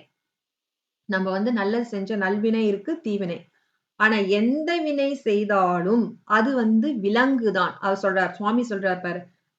வாரியார் சுவாமி சொல்றாரு, "நல்வினை செய்தாலும் பொன் விலங்கு, தீவினை செய்தாலும் இரும்பு விலங்கு." விலங்கு விலங்கு தான். அப்படின்னா நான் கையில ஒரு கட்டு. அது அப்படின்னா என்ன அர்த்தம்? அடுத்த பிறவியை தான் அது குடுக்கும் அப்படின்னு சொல்றாரு. அதாவது இந்த வினை அப்படின்னு சொன்னா 3 வகையா வினை இருக்கு. ஒண்ணு சஞ்சித வினை, பிராரத்த வினை, ஆகாமிய வினை. இதுல வந்து சுவாமிகள் ஒரு அருமையான உதாரணத்த சொல்றாரு.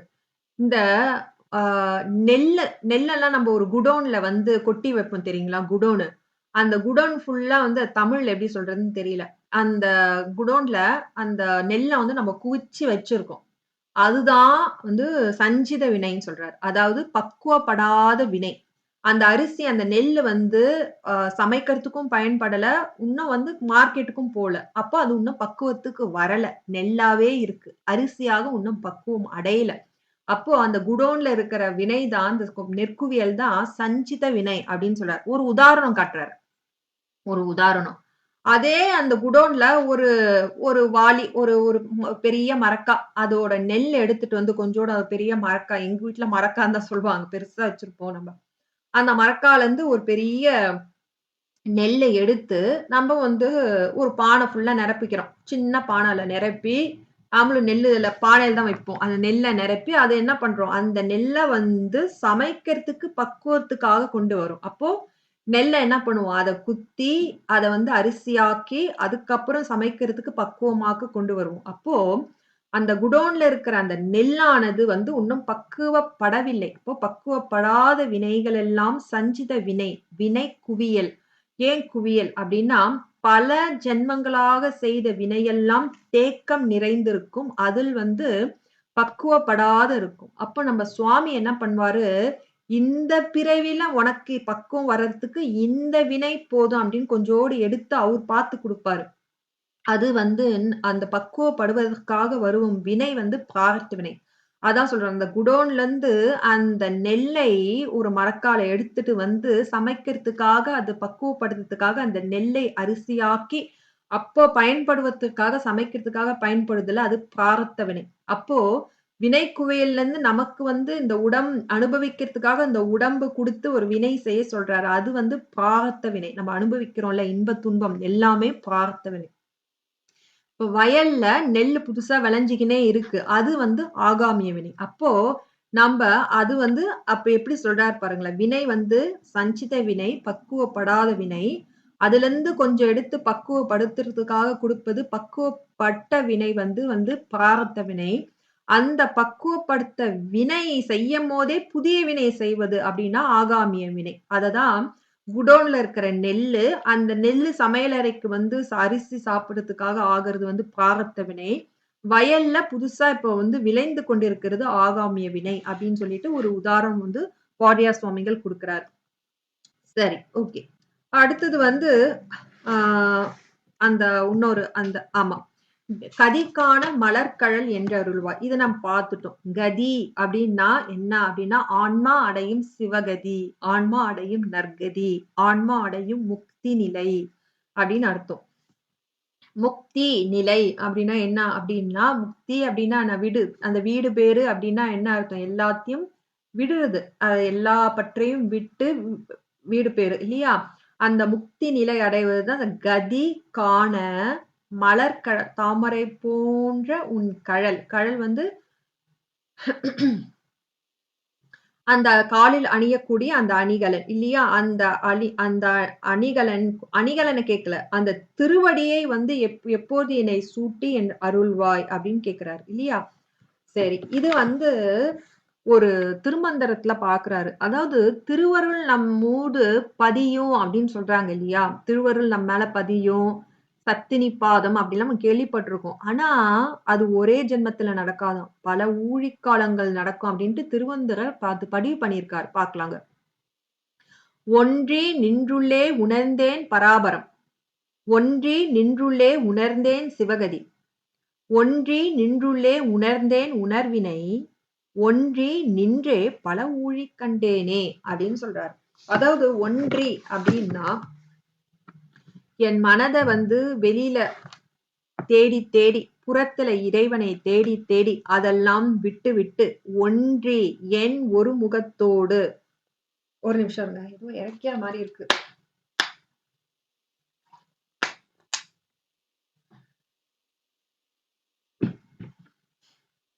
ஓகே. ஒன்றி நின்றுள்ளே உணர்ந்தேன் பராபரம். ஒன்றி நாம் வெளியில சுவாமியை தேடி தேடி அலையாமல் ஒன்றி ஒரு முகத்துடன் அகத்தை நோக்கி என் அகத்துக்குள்ளே தேடி உணர்ந்தேன் பராபரம். அதாவது நான் அகமுகம் நோக்கி இறைவனை தேடும்போது பராபரம் என்று ஒரு பொருள் உண்டு, என்னுள் உண்டு என்று நான் உணர்ந்தேன். எப்போ? ஒன்றி நின்றுள்ளே உணர்ந்தேன் பராபரம். என்னை ஒரு முகத்தோடு அகநோக்கி செல்லும் போது, அகநோக்கி சும்மா இல்ல, பல பல பல ஜென்மங்களாக அகநோக்கி தேடும் போது என்னுள் பராபரம் என்று ஒரு பொருள் இருக்குதுன்ட்டு உணர்ந்தேன். ஃபர்ஸ்ட் அவர் பராபரம் இருக்குது, சாமிய கண்டுபிடிச்சிட்டாரு. என்னுள் அவர் தான் முதற் கடவுள், முதற் பொருள் அப்படின்னு நான் கண்டுபிடிச்சிட்டேன். அதுக்குள்ள அப்புறம் என்ன பண்ணாரு? ஒன்றி நின்றுள்ளே உணர்ந்தேன் சிவகதி. சுவாமி இருக்குதுன்னு கண்டுபிடிச்சிட்டேன். அந்த சுவாமிதான் நமக்கு பேரின்பத்தை கொடுக்கும் சிவகதி என்று நான் உணர்ந்தேன். ஃபர்ஸ்ட் சாமியை உணர்ந்தேன். அந்த சாமியை உணரும் போது எனக்கு என்ன வாய்க்குது அப்படின்னா இன்பம் கிடைக்குது. அந்த இன்பம் எதை நோக்கி செல்ல என்ன முற்படுகின்றது அப்படின்னா சிவகதியை நோக்கி செல்ல முற்படுகின்றது. அதை நான் உணர்ந்தேன் அப்படின்றாரு. ஒன்றி நின்றுள்ளே உணர்ந்தேன் சிவகதி. சரி, அந்த இன்பம் ஆனது எது அப்படின்னா ஒன்றி நின்றுள்ளே உணர்ந்தேன் உணர்வினை. அந்த இன்பம் கொடுக்குது இல்ல, அந்த இன்பம் தருவதற்கு யார் காரணம்? அந்த இன்பம் எப்படி வருது அப்படின்னா என்னுள் இருக்கும் திருவருளை உணரும் போது அதை நான் உணர்ந்தேன் அப்படின்றார். அப்போ இந்த அந்த இந்த உணர்ந்தேன் உணர்வினை எப்படின்னா என் உணர்வுக்கு உணர்வாய் என் அறிவுக்கு அறிவாய் இருப்பது யாரு? திருவருள். அந்த திருவருளை என்னுள் உணர்ந்தேன் அப்படின்னு சொல்றாரு. ஒன்று நின்றுள்ளே உணர்ந்தேன் உணர்வினை. அந்த உணர்வினைனா உணர்வுக்கு உணர்வாய் இருப்பவள், அறிவுக்கு அறிவாய் இருக்கும் அந்த திருவருளை நான் உணர்ந்தேன். ஒன்றி நின்றே பல ஊழிக் கண்டேனே. அந்த திருவருளை நான் காண பல ஊழிகள் நான் கடக்க வேண்டும் என்றும் அறிந்தேனே அப்படின்னு சொல்றாரு. அதாவது உணர்ந்து கொண்டேனே. கண்டேனே உணர்ந்து கொண்டேனே. எப்படி? அந்த திருவருள் ஒரே பிறவில வருமா அப்படின்றது கிடையாது. அந்த திருவருள் நம்முள் வந்துருவா. ஆனா பதிஞ்சு பதிஞ்சு பதிஞ்சு முழுசா சுவாமி கிட்ட அந்த சிவ அப்படின்னு போய் சிவய போய் சிவ போய் சி அப்படின்னு போறதுக்கு பல ஊழிக்காலங்கள் நம்ம போகணும். அந்த சிவய சிவ. அப்போ அந்த ஆன்மா ஆனது திருவருள் முன்னாடி இருக்கு. அந்த திருவருள் பதிய பதிய பதிய பதிய அந்த ஆன்மா திருவருள் கம்ப்ளீட்டா அந்த முழுவதுமாக முழுகும் போது ஆன்மா தன்னிலை இழந்து சுவாமி கிட்ட தன்னை கொடுக்கும் போது அப்ப சிவ அப்படின்னு நிற்கும். அப்போ அந்த திருவருளும் சுவாமியோட ஒன்றி சி அப்படின்னு ஆகும் இல்லையா? அது மாதிரி ஒன்றி நின்றுள்ளே உணர்ந்தேன் உணர்வினை. உணர்வுக்கு உணராய் இருக்கும் அந்த திருவருளை உணர்ந்தேன். ஆனா அந்த திருவருளை நான் உடனே கண்டேனா? இல்ல. அந்த திருவருளை காண ஒன்றி நின்றே பல ஊழிக் கண்டேனே. பல ஊழிக்காலங்கள் சென்றால்தான் அந்த திருவருளை அடைய முடியும் என்றும் கண்டு கொண்டேனே அப்படின்னு சொல்லிட்டு இந்த திருமந்திர பாடல் இருக்கு. திரும்பி ஒரு தடவை பார்ப்போங்க. ஒன்றி நின்றுள்ளே உணர்ந்தேன் பராபரம். ஒன்றி நின்றுள்ளே உணர்ந்தேன் சிவகதி. ஒன்றி நின்றுள்ளே உணர்ந்தேன் உணர்வினை. ஒன்றி நின்றே பல ஊழிக் கண்டேனே. என் மனதை ஒருமுகப்படுத்தி அகநோக்கு செல்லும் போது என்னுள் பராபரம்தான் முதற்கடவுள் என்று உணர்ந்தேன். உணர்ந்த பின்னர் ஒன்றி நின்றுள்ளே உணர்ந்தேன் சிவகதி. அந்த பராபரத்தை நோக்கி செல்லும் போது எனக்கு ஒரு இன்பம் தோன்றுது. அந்த இன்பத்தை கொடுக்கும் நிலை நெறிதான் சிவகதி என்றும் அறிந்து கொண்டேன். ஒன்றி நின்றுள்ளே உணர்ந்தேன் உறவினை. அவ்வாறு சிவகதி அடையும் அந்த உணர்வுக்கு உணர்வாய் அறிவுக்கு அறிவாய் இருக்கும் அந்த திருவருளையும் உணர்ந்தேன். அந்த திருவருளை அடைய ஒன்றி நின்றே பல ஊழிக் கண்டேன். அந்த திருவருளை அடைய பல ஊழிக்காலங்கள் நான் செல்ல வேண்டும், சென்றாக வேண்டும் என்றும் அறிந்து கொண்டேனே அப்படின்றதுதான் அந்த திருமந்திர பாடல். அடுத்தாக ஏதாச்சும் விட்டுட்டா நான் பாக்குறேன். சரி, ஓகே. இந்த திருவாசகம் இதுவும் நம்ம தேவசேன ஐயா போன வகுப்புல கந்தர் அனுபூதி முடிச்சிட்ட பிறகு இந்த உதாரணம் சொன்னாங்க. சரி சரி சுவாமி மாணிக்க வாசகர் கேட்கிறாரு. சரி, நம்மளுக்கு திருவடி தீட்சை கிடைக்குதுன்னு வச்சுக்கோங்களேன். போன பாட்டுலதான் பார்த்தோம். திருவருள் வந்துருச்சு. திருவருள் அதாவது இந்த சிவநெறியை செய்ய செய்ய செய்ய சிவபூஜை, அந்த சிவநெறி, அடியார் தொண்டு, அந்த சரியை கிரியை யோகம் அதெல்லாம் செய்ய செய்ய செய்ய நம்மளுக்கு ஞானம் பதியும் இல்லையா? ஞானம் உண்டாகும். ஆனா அந்த ஞானம் வந்தா என்ன பயன், என்ன நடக்கும் அப்படின்றது மாணிக்க வாசகர் சொல்றார் பாருங்களேன். இணையார் திருவடிகள் என் தலைமேல் வைத்தலமே துணையான சுற்றங்கள் அத்தனையும் துறந்தொழிந்தேன். அணையார் புனர்த்தில்லை அம்பலத்தை ஆடுகின்ற புனையாளன் சீர்பாடி பூவல்லி கொய்யாமோ. திருவாசக ஜாம்பவான்கள் நிறைய பேர் இருக்காங்க. அடியேன் திருவாசகம் படிக்கவே மாட்டேன். அதனால எனக்கு அது தகுதியே இல்லை சொல்றதுக்கு. சரி, மன்னிச்சுக்கோங்க. இணையார் திருவடிகள் தலைமேல் வைத்தன. சுவாமியோட அந்த ஒரு கால் மட்டும் இல்லையா, 2 திருவடிகளா, இணையார். ஒரு ஒரு ஒரு காலுக்கு ஒரு கால் இணையா. அந்த 2 கால் திருவடியும் என் தலைமீது வைத்த உடனே சுவாமி சொல்றாரு, வைத்தலுமே அந்த ஞானம் பதிந்த உடனே அவருக்கு உண்மைத்தன்மை வந்துருச்சு. அந்த காலுன்னா அந்த காலுன்னு எடுத்துக்க கூடாது. அந்த பரஞானம், அந்த அந்த ஞானம் வந்த உடனே துணையான சுற்றங்கள் அத்தனையும் துறந்தொழிதன். அதாவது என் அகப்பற்று, புறப்பற்று, உற்றார், உறவினர், எனக்குள்ள இருக்கிற அந்த அகந்தை எல்லாமே நான் ஒழிந்தேன், துறந்து ஒழிந்தேன், எல்லாமே என் விட்டு விட்டு நீங்கி விட்டேன் அப்படின்றார். அணையார் புணர்த்தில்லை அம்பலத்தை ஆடுகின்ற. அணையார், அணைனா இந்த இடத்துல வந்து அணை பொருந்திய புனல்னு வருது. அப்போ அந்த தில்லை வந்து நீர்வளத்தில் நல்லா செழிப்புற்று இருக்கு. அணையார், அணை பொருந்திய நீர்நிலைகள் சூழ்ந்த அந்த தில்லை அம்பலத்தை, அந்த அம்பலத்தை ஆடுகின்ற நம் கூத்தன் எப்பேற்பட்டவன் அப்படின்னா புனையாளனா. எப்படி சொல்றாங்க பாருங்களேன். அணைக்கு புனையாளன் அப்படின்னா, புனை அப்படின்றது மரக்கலம். ஒரு வந்து கப்பல். இப்ப அணையார் அப்படின்னா, அணைனா அந்த நீர்நிலை நிறைந்து உள்ளது தில்லை. அந்த நீர்நிலை கடக்க வேண்டியதுன்னா ஒரு கப்பல் வேணும். ஒரு ஒரு மரக்கலம் வேணும். ஆனா நம்ம சுவாமி எப்படி சொல்றாங்க இந்த தாற்பயம்? அணையார் புனத்தில்லை. அதாவது அந்த அந்த நீர்நிலை சூழ்கின்ற அந்த தில்லை அம்பலத்தை ஆடுகின்ற அப்படின்னு இருக்குதான். ஆனா நம்ம பிறவி பெருங்கடல். அத தாண்டணும்னா என்ன? புனையாளன். புனையை வைத்திருக்கின்றவன் புனையாளன். அதாவது அந்த பிறவி துன்பத்தை தாண்டுவதற்கு மரக்கலத்தை போன்றவன் நம் சிவபெருமான். அவன் திருவடியை நாம் வந்து பற்றும் போது நம்மளுக்கு பிறவி துன்பமே இருக்காது. அதான் அணையார் புணர்த்தில்லை அம்பலத்தை ஆடுகின்ற புனையாளன். புனையாளன்னா அந்த மரக்கலம். மரக்கலம்னா ஒரு துடுப்பு. அந்த பிறவி கடலை நாமளே தனியா நீந்த முடியுமா? முடியாது. ஏதோ ஒரு நடுவுல ஒரு கப்பல் சின்னோண்டு இருந்துச்சுன்னா அதை புடிச்சு நம்ம கிடுகிடுன்னு அதை வந்து ஒரு அந்த படகை ஓட்டிட்டு நம்ம வந்துடலாம். அது போல சுவாமி இங்க அந்த நீர்நிலை நிறைந்த அந்த தில்லையம்பத்திலே இருந்தாலும் அது தாற்பயம் எப்படி சொல்றது? பிறவி என்பது பெருங்கடல், அதற்கு துணையாக இருப்பவன். அது கடலை கடக்கணும்னா புனையாளன். ஏன்னா மரக்கலம் உடையவன், பிறவி துன்பத்தை நீக்கும் மரக்கலம் உடையவன் புனையாளன். அவனோட புகழை பாடி பூவல்லி கொய்யாமோ, பூவை கொடியிலிருந்து கொய்து அவனோட புகழை நாம் பாட வேண்டாமா அப்படின்னு கேக்குறாங்க. இவ்வளவு பாருங்க, அந்த புனையாளன் அப்படின்றது அது எப்படி அந்த தெப்பம், அந்த இறைவன் வந்து நம்மளுக்கு பிறவி பெருங்கடலுக்கு அந்த தெப்பமா இருக்கிறார் பாருங்களேன்.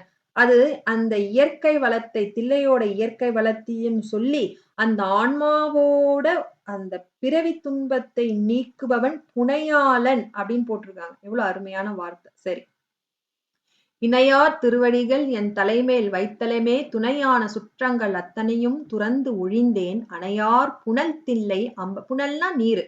அணையார் புனல் தில்லை அம்பலத்தை ஆடுகின்ற புனையாளன் சீர்பாடி பூவல்லி கொய்யாமோ அப்படின்னு சொல்றாங்க. சுவாமி வந்து 2 திருவடிகள் என் தலை மீது வைத்தலுமே, அது இணையார் 2ஆக பொருந்திய அந்த திருவடி. ஒண்ணு பரஞானம் அப்பரஞானம் 2 ஞானங்களையும் பெற்ற அந்த மாணிக்க வாசகர், அந்த இறைவன் அந்த ஞானம் பெற்ற உடனேயே துணையான சுற்றங்கள் அத்தனையும் துறந்தொழிந்தன. அப்படின்னா என்ன அர்த்தம்? நம்மளுக்கு வந்து சுற்றத்தார், நம்மளுக்கு தாய் தந்தை, நம்ம கூட பிறந்தவங்க, உற்றார் உறவினர்கள், கணவன் மனைவி, மாமியார் எல்லாமே எப்படி வருது? சும்மா வருதா அப்படின்னா இல்ல. அவங்களால நம்ம வினை அனுபவிக்கணும், நம்மளால நமக்கு வினை அனுபவிக்கணும் அப்படின்றதுனாலதான் சுவாமி அந்த மாதிரி வந்து சுற்றம் போட்டிருப்பார். சிறவுகளை வந்து தனியாவே வச்சிருப்பாரு. அவங்களுக்கு தனியாக நிலை இருக்கும் வினையும் இருக்கு. இப்போ அந்த மாதிரி சுற்றங்கள் வந்து சும்மா வருதா அப்படின்னா இல்ல. இப்போ இந்த இடத்துல வந்து சுவாமி திருவடி வைத்த உடனே சுற்றங்கள்லாம் போயிட்டாங்களா அப்படின்னா என்ன அர்த்தம்னா அந்த சுற்றங்கள் எதனால வருது? வினையானாலதான் வருது. இப்போ நமக்கு கணவன் இருக்காங்க, மனைவி இருக்காங்க, பிள்ளைங்கள் இருக்கு.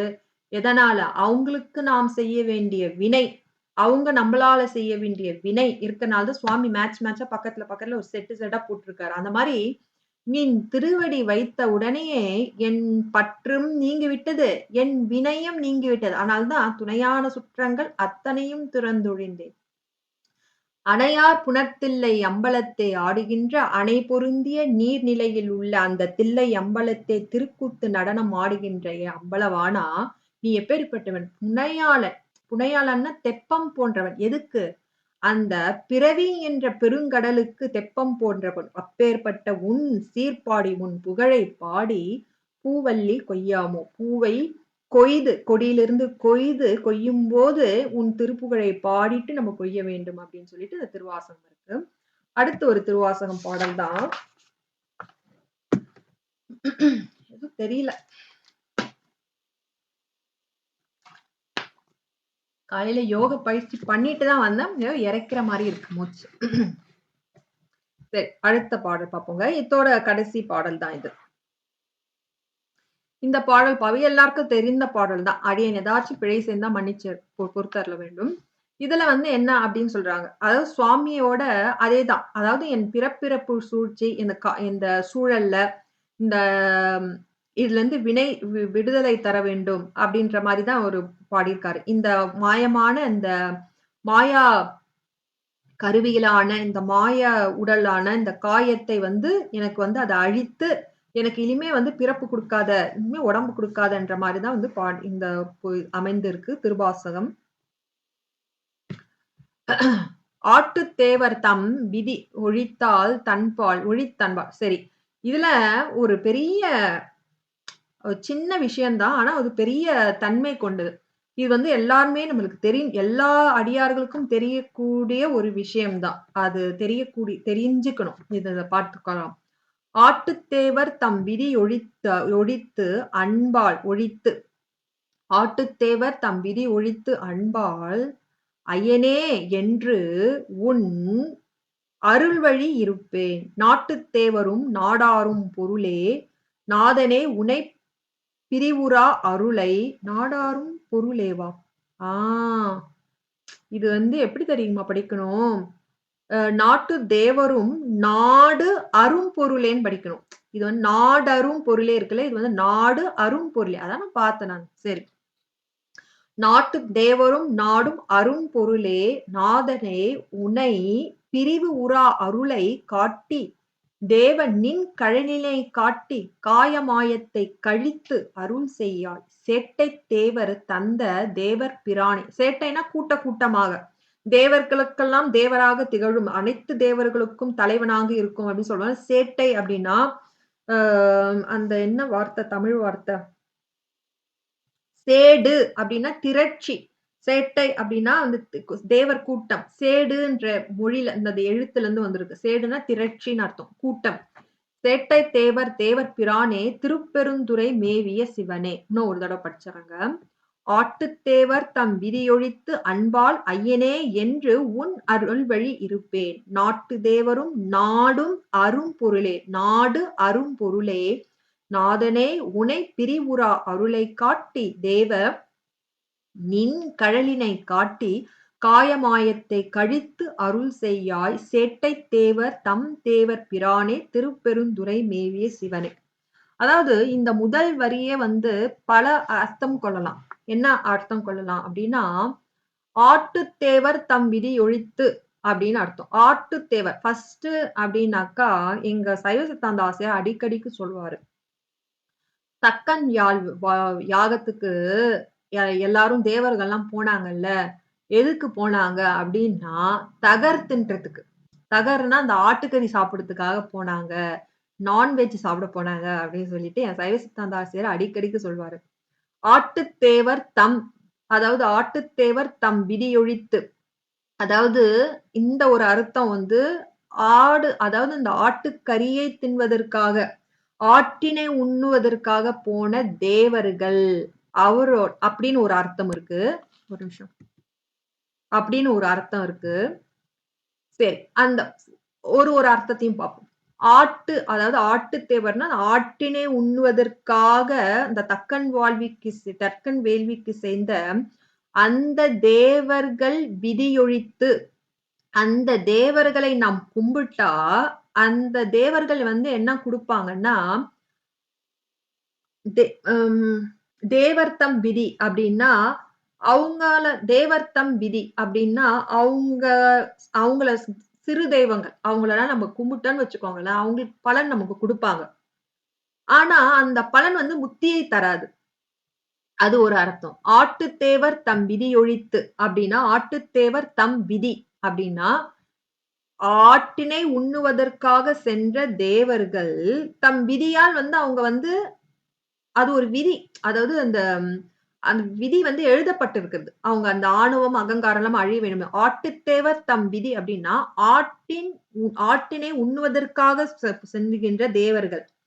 அந்த அந்த ஆடுதான் வந்து அது மட்டும் இல்லாம அந்த அந்த வேள்வியில வந்து அந்த பாத்தீங்கன்னா, அந்த அந்த ஆட வந்து வெட்டி வெட்டி வெட்டி வச்சிருப்பாங்களாம். தலை வேற, உடம்பு வேற, தலை வேற, உடம்பு வேறன்னு வெட்டி, அதுல இருக்கிற அந்த பாகத்தை எல்லாம் எடுத்து, அந்த அந்த அந்த தலையில்லாத அந்த பிண்டம் இருக்குல்ல, அந்த உடம்பு அந்த உடம்பு இருக்குல்ல, அத வந்து வேள்வியில எல்லாம் போட்டாங்களாம். அப்ப அந்த பைரவர் வருவார்ல, வீரபத்திரர் வந்து வருவார்ல, சாரி. எல்லார் மூக்கு, பல்லு எல்லாரையும் உடைச்சு தூள் தூளா ஆக்கிடுவாரு. இந்த சந்திரனை தேய்ச்சு, ஆ இது எது அந்த லட்சுமி அம்மாவ கொங்கையெல்லாம் அறுத்துருவாராம் அப்படின்லாம் வரும்.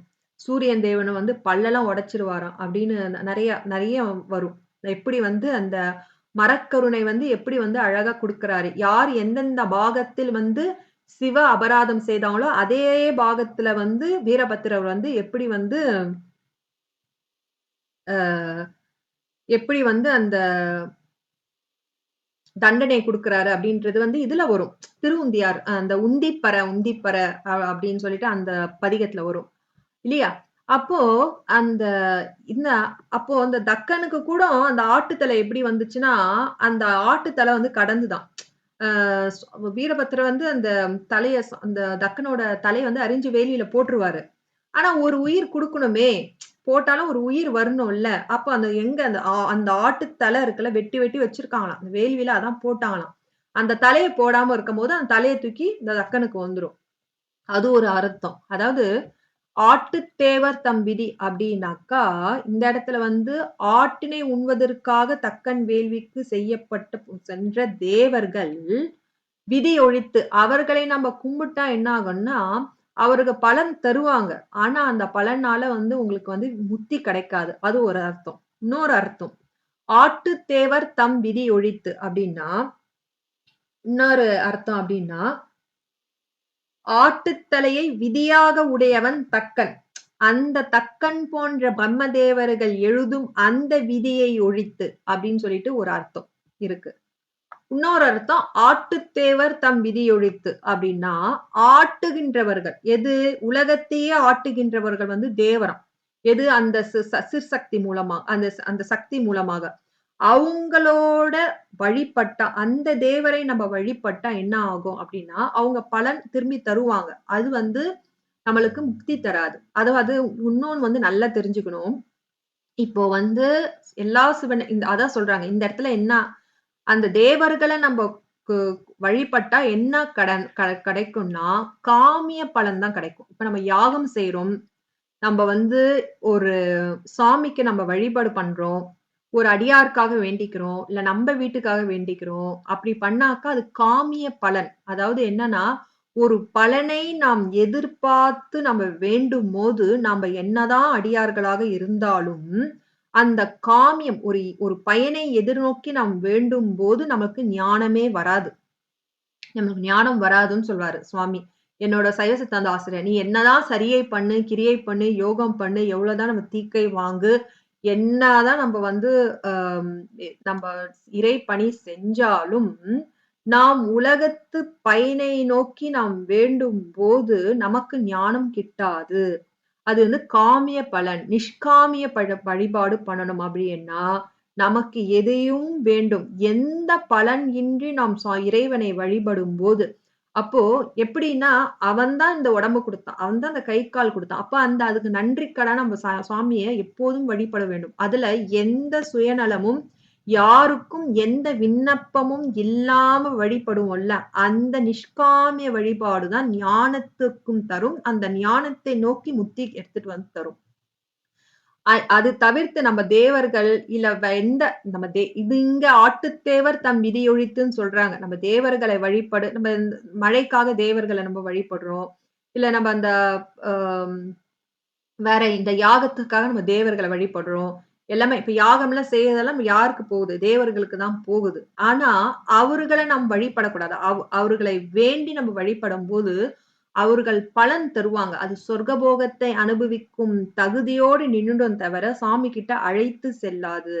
அப்போ நம்ம சரியை, கிரியை, யோகம் இது 3 நாள் வரும் ஞானம் எப்போ கிட்டும்னா, அந்த சரியிலும், கிரியையிலும், யோகத்திலும் நிஷ்காமிய வழிபாடு. எந்த பயனும் எதிர்பாராமல், யாருக்கும் எந்த உலக போகத்தை நினைத்து அந்த வழிபாடு விண்ணப்பம் வைக்காமல், சுயநலம் இன்றி எதுவும் எதிர்பார்க்காமல் இறைவனே கதி என்று வழிபாடு பண்ணும்போதுதான் அந்த ஞானம் வந்து முக்தியை நம்ம அழைத்து செல்லும். அது வந்து இங்க நான் பதிவு பண்றேன். சுவாமிகளும் வாரியார் சுவாமிகளும் அதுதான் போட்டிருக்காரு. நிஷ்காமிய வழிபாடே முக்திக்கு வந்து நிலைக்கு நம்மளுக்கு அடுத்து செல்லும். அப்போ ஆட்டுத்தேவர் தம் விதி ஒழித்து அன்பால், அதாவது தக்கன் வந்து ஆட்டுத்தலையை வைத்துக் கொண்டிருக்கிறான். அவனோட ஆட்டுத்தலை வரணும் அப்படின்றது எழுதப்பட்ட விதி, பிரம்மனால் எழுதப்பட்ட விதி. அதையும் ஒழித்து அப்படின்னு ஒரு அர்த்தம். அந்த ஆட்டுத்தேவர் தம் விதி, அதாவது ஆடோட அந்த தகர் தின்வதற்காக, ஆட்டுக்கறி தின்வதற்காக வந்து அந்த ஆடு வந்து வேள்வியிலும் தரப்பட்டது, ஆடையும் அவர்கள் உண்ணார்கள் அப்படின்றதையும் இந்த தேவர்கள், அவர்கள் அப்பேற்பட்ட தேவர்களை நாம் வேண்டினால் என்ன ஆகும்? அவர்கள் கிடைத்த விதி ஒழித்து, விதி அவர்கள் தந்த வரம்லாம் தருவாங்க. ஆனா அது என்ன? காமிய பலன் தான் தரும். சொர்க்க போகத்தை தான் தரும். அது சிறு காலத்துல தான் இருக்கும். அதனை ஒழித்து அப்படின்னு சொல்றாங்க. அப்போ ஆட்டுத்தேவர், இந்த உலகத்தை ஆட்டுகின்ற அந்த தேவர்கள் தம் விதி, அவர்களை நாம் வழிபட்டால் விதிப்படி அவர்கள் கொடுத்த வரனும் காமிய பலனை தரும். அதையெல்லாம் ஒழித்து அன்பால், அன்பினால் ஐயனே தலைவனே என்று எப்படி உன் அருள் வழி இருப்பேன், உன்னுடைய திருவருள் சிந்தனையோடு உன் அருள் வழி இருப்பேன் அப்படின்னு சொல்றாங்க. உன்னோட திருவரு நெறியில் இருப்பேன் அப்படின்னு சொல்றாங்க. நாட்டுத்தேவரும் நாட்டுத்தேவரும் அப்படின்னா இந்த இடத்துல வந்து பற்பல தேவர்கள், உலகத்தார் சொல்கின்ற பற்பல தேவர்கள் அப்படின்ட்டு ஒரு குறிப்பு வருது. சிறு தெய்வங்கள், நாட்டு தெய்வங்கள சிறு தெய்வங்கள் அப்படின்னு சொல்லி வருது. தேவர்கள், சிறு தெய்வங்கள் இவங்கெல்லாம் நாடுகின்ற அரும்பொருளே, அரும்பெரும் அருமையான பொருளே அப்படின்னு ஒரு அர்த்தம். அரிதற்கு அரியான அரும்பொருளே, நாதனே தலைவனே, உனை பிரிவுறா அருளே. சுவாமி கிட்ட எப்படி கேட்கிறாரு? நீ சும்மா அருளை கொடுத்துட்டு போறியா? அப்படி இல்ல. உன்னை எப்பொழுதுமே உன்னை பிரிவுறா அருளை காட்டி, உன்னை எப்பொழுதும் இந்த ஆன்மாவானது ஆன்மாக்குள்ளதான் இருக்க. ஆனா எப்போதும் அந்த விழிப்புணர்வை கூட, அந்த பிரிவுறா அருளை காட்டி எனக்கு அருந்தந்து தேவ தலைவா நின் கழலினை காட்டி. அப்ப சுவாமி இங்கேயும் வந்து கழல் தான் சொல்லியிருக்காங்க. அப்போ திருவடி, சுவாமியோட திருவடி. உன் கழலினை காட்டி, உன் திருவடிகளையும் எனக்கு கொடு காட்டி, காயமாயத்தை கழித்து அருள் செய்யா. என்னோட இந்த காயமாய இந்த உடம்பானது எதனால உருவாக்கப்பட்டது? மாயம், பொய்யாகிய இந்த மாயையான அந்த மாயையால். இந்த மாயை என்னது? எதுக்கு போய் அது நிலைத்து நிற்கிறது இல்ல. கொஞ்ச நாள் இருந்துட்டு இந்த போயிடும். அதனால வந்து நிலையற்ற அந்த மாயையால் உடந்த அந்த காயத்தை அழித்து அருள் செய்வாய். சேட்டை தேவர் அருள் செய்யாய் அருள் புரிவாயாக. சேட்டை தேவர், சேட்டைனா திரட்சின்னு அர்த்தம்.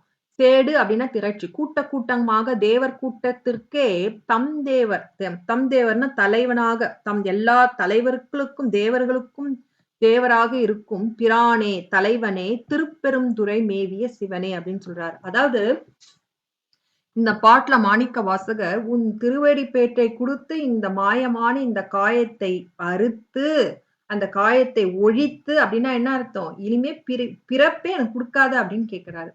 ஆட்டுத்தேவர் தம் விதி ஒழித்து அன்பால் ஐயனே என்று உன் அருள் வழி இருப்பேன். நாட்டுத்தேவரும் நாடரும் பொருளே, நாட்டுத்தேவரும் நாடும் அரும் பொருளே, கோச்சுக்காதீங்க. நாதனே உனை பிரிவுறா அருளை காட்டி, தேவ நின் கழலினை காட்டி, காயமாயத்தை கழித்து அருள் செய்யாய் சேட்டை தேவர் தம் தேவர் பிரானே திருப்பெருந்துறை மேவிய சிவனே அப்படின்னு சொல்றாரு. அதாவது ஆட்டுத்தேவர் தம்பிதி, அதாவது அந்த உலகத்தை ஆட்டுகின்ற அவர் தேவர்களோடு அவர்களோட கட்டளைக்கு படி நாம போனா அவர்கள் காமிய வழி பலன் கொடுப்பாங்க. ஆனா அது முத்திக்கு சேராது. அதனால அதையெல்லாம் ஒழித்து அந்த தேவர்களோட வழிபாடெல்லாம் விடுத்து அன்பினால் ஐயனே தலைவனே என்று உன் அருள் வழி இருப்பேன், உன் சிவநெறியில் இருப்பேன், உன் திருவருள் நெறியில் இருப்பேன், நாட்டுத்தேவரும் நாடும் அரும்பொருளே, சிறு சிறு தெய்வங்கள் எல்லா தேவர்களும் நாடுகின்ற அருமையான பொருளே, நாதனே தலைவனே, உனை பிரிவுறா அருளை காட்டி உன்னை எப்போதும் பிரிவில்லாமல் பிரிவுற்று நீ வேறு நான் வேறு இல்லாமல் இல்லாமல் பிரிவில்லாமல் காட்டி உன் அருளை காட்டி தேவ தலைவனே இறைவனே தேவனே நின் கழலினை காட்டி உன் திருவடிகளை காட்டி, உன் திருவடி வந்தாலே என்ன வரும்? வினை போயிடும். வினைனாலே உடம்பு வராது. அது மாதிரி காயமாயத்தை கழித்து இந்த பொய்யான மாயினால் உருவான இந்த காயம் உடம்பை கழித்து அருள் செய், அழித்து அருள் செய், கழித்துன நீக்கி போக்கி கழித்து அருள் செய்ய அருள் புரிவாய் சேட்டத்தேவர் தம் தேவர் பிரானே, தேவர்களுக்கெல்லாம் தேவராக இருக்கும் அந்த தேவர்களுக்கு தலைவனாக இருக்கும் சிவபெருமானே, நீ எங்க உரைகின்றாய்? திருப்பெருந்துறையில் மேவிய சிவனே அப்படின்னு சொல்றாரு. அடுத்து இந்த பாடல் அதான் முடிந்து விட்டது. அதுல வள்ளியை அல்லது பின் துதியா அப்படின்னு வரும். நான் கூட சொன்னேன், ஏன் வள்ளி அம்மாவை சுவாமி புகழ்றாரு, வேற யாரையும் புகழல அப்படின்னா, வள்ளியம்மா இச்சாசக்தி. அந்த இச்சை மூலமாக தான் இறைவன் முருகப்பெருமான் ஞானத்தை கொடுக்கின்றார். அப்போ எவ்வளவுக்கு உலக இச்சை இருக்கோ முருகப்பெருமானோட ஞானமும் அந்த அளவுக்கு இச்சைக்கு ஏத்த அளவுக்கு தான் இருக்கும். எவ்வளவுக்கு அந்த இச்சை இறைவனன் பால் செல்கின்றதோ அவ்வளவுக்கு அளவுக்கு அந்த ஞானம் நல்லா பதிந்திருக்கும். அப்போ அதனால அந்த இச்சாசக்தி ஞான சக்தியோடு இறைதல், அந்த இச்சைக்கு ஏற்பதான் அந்த ஞானமும் வெளிப்பட்டு தோன்றும். ஆகையினாலே அப்படி சொல்றாங்க. அப்போ இந்த அளவுல முடிவுற்றது. ஏதாவது விட்டுருக்கனான்னு பாக்குறேன் உங்களுக்கு சொல்றதுக்காக. ஆமா, அதாவது உயிர்களோட சதசத்து அப்படின்னு சொல்லியிருக்காங்க சுவாமிகள். அது நான் இன்னொரு நாள் உங்களுக்கு வேற பாட்டுல நல்லா விவரிக்கிறேன். அதுக்கு கொஞ்சம் சித்தாந்த கருத்து எடுத்து சொல்லணும், சூத்திராலமா சொல்லணும். அதனால அதை நான் வேற ஒரு நாள் சொல்றேங்க. இந்த அளவுல நம்ம நிறைவு பெற்றலாம். இந்த பாடல் ஒரு தடவை சொல்லி நேரடி விளக்கம் சொல்லி நிறைவு பெறலாம். விதிக்கானும் உடம்பை விடா வினையேன் கதிக்கான மலர்கழல் என்றருள்வாய் மதிவாழ்நுதல் வள்ளியை அல்லது பின் துதியா விரதா சுரபூபதியே. பிறைச்சந்திரன் போல் ஒளியை உடையது வள்ளியம்மாவின் நெற்றி. அந்த வள்ளியம்மாவை தவிர வேறு யாரையும் புகழாத நோன்பு பூண்டவரே, விண்ணுலகத்திற்கும் மண்ணுலகத்திற்கும் தலைவனே, விதிக்கானும் உடம்பை விடாவினையேன். அதாவது பிரம்மதேவனால் படைக்கப்பட்ட இந்த உடம்பில் பற்றை விடாத இந்த வினையேன் கதிகான உன் நற்கதிகான உன் சிவதி கதிகான உன் மலர்கள் தாமரை போன்ற கழல் என் திருவடி என் தலை மீது சூட்டி என்று அருள்வாய். முருகப்பெருமானே அருள்வாய். பிறவி பெருங்கடலிருந்து நீங்குவதற்காக, அதிலிருந்து விடுதலை பெறுவதற்காக உன் திருவடி தீக்கை கொடுத்து எனக்கு அருள் செய்வாயாக என்று இந்தளவிலே இந்த வகுப்பு நிறைவுற்றது. நான் உருவாய் அருவாய் பாடி முடிச்சிடறாங்க. டைம் ஆயிடுத்து. வாய்ப்பு இருந்தா பேசலாம், இல்லைன்னா பரவாயில்ல, ஒன்றும் பிரச்சனை இல்லை.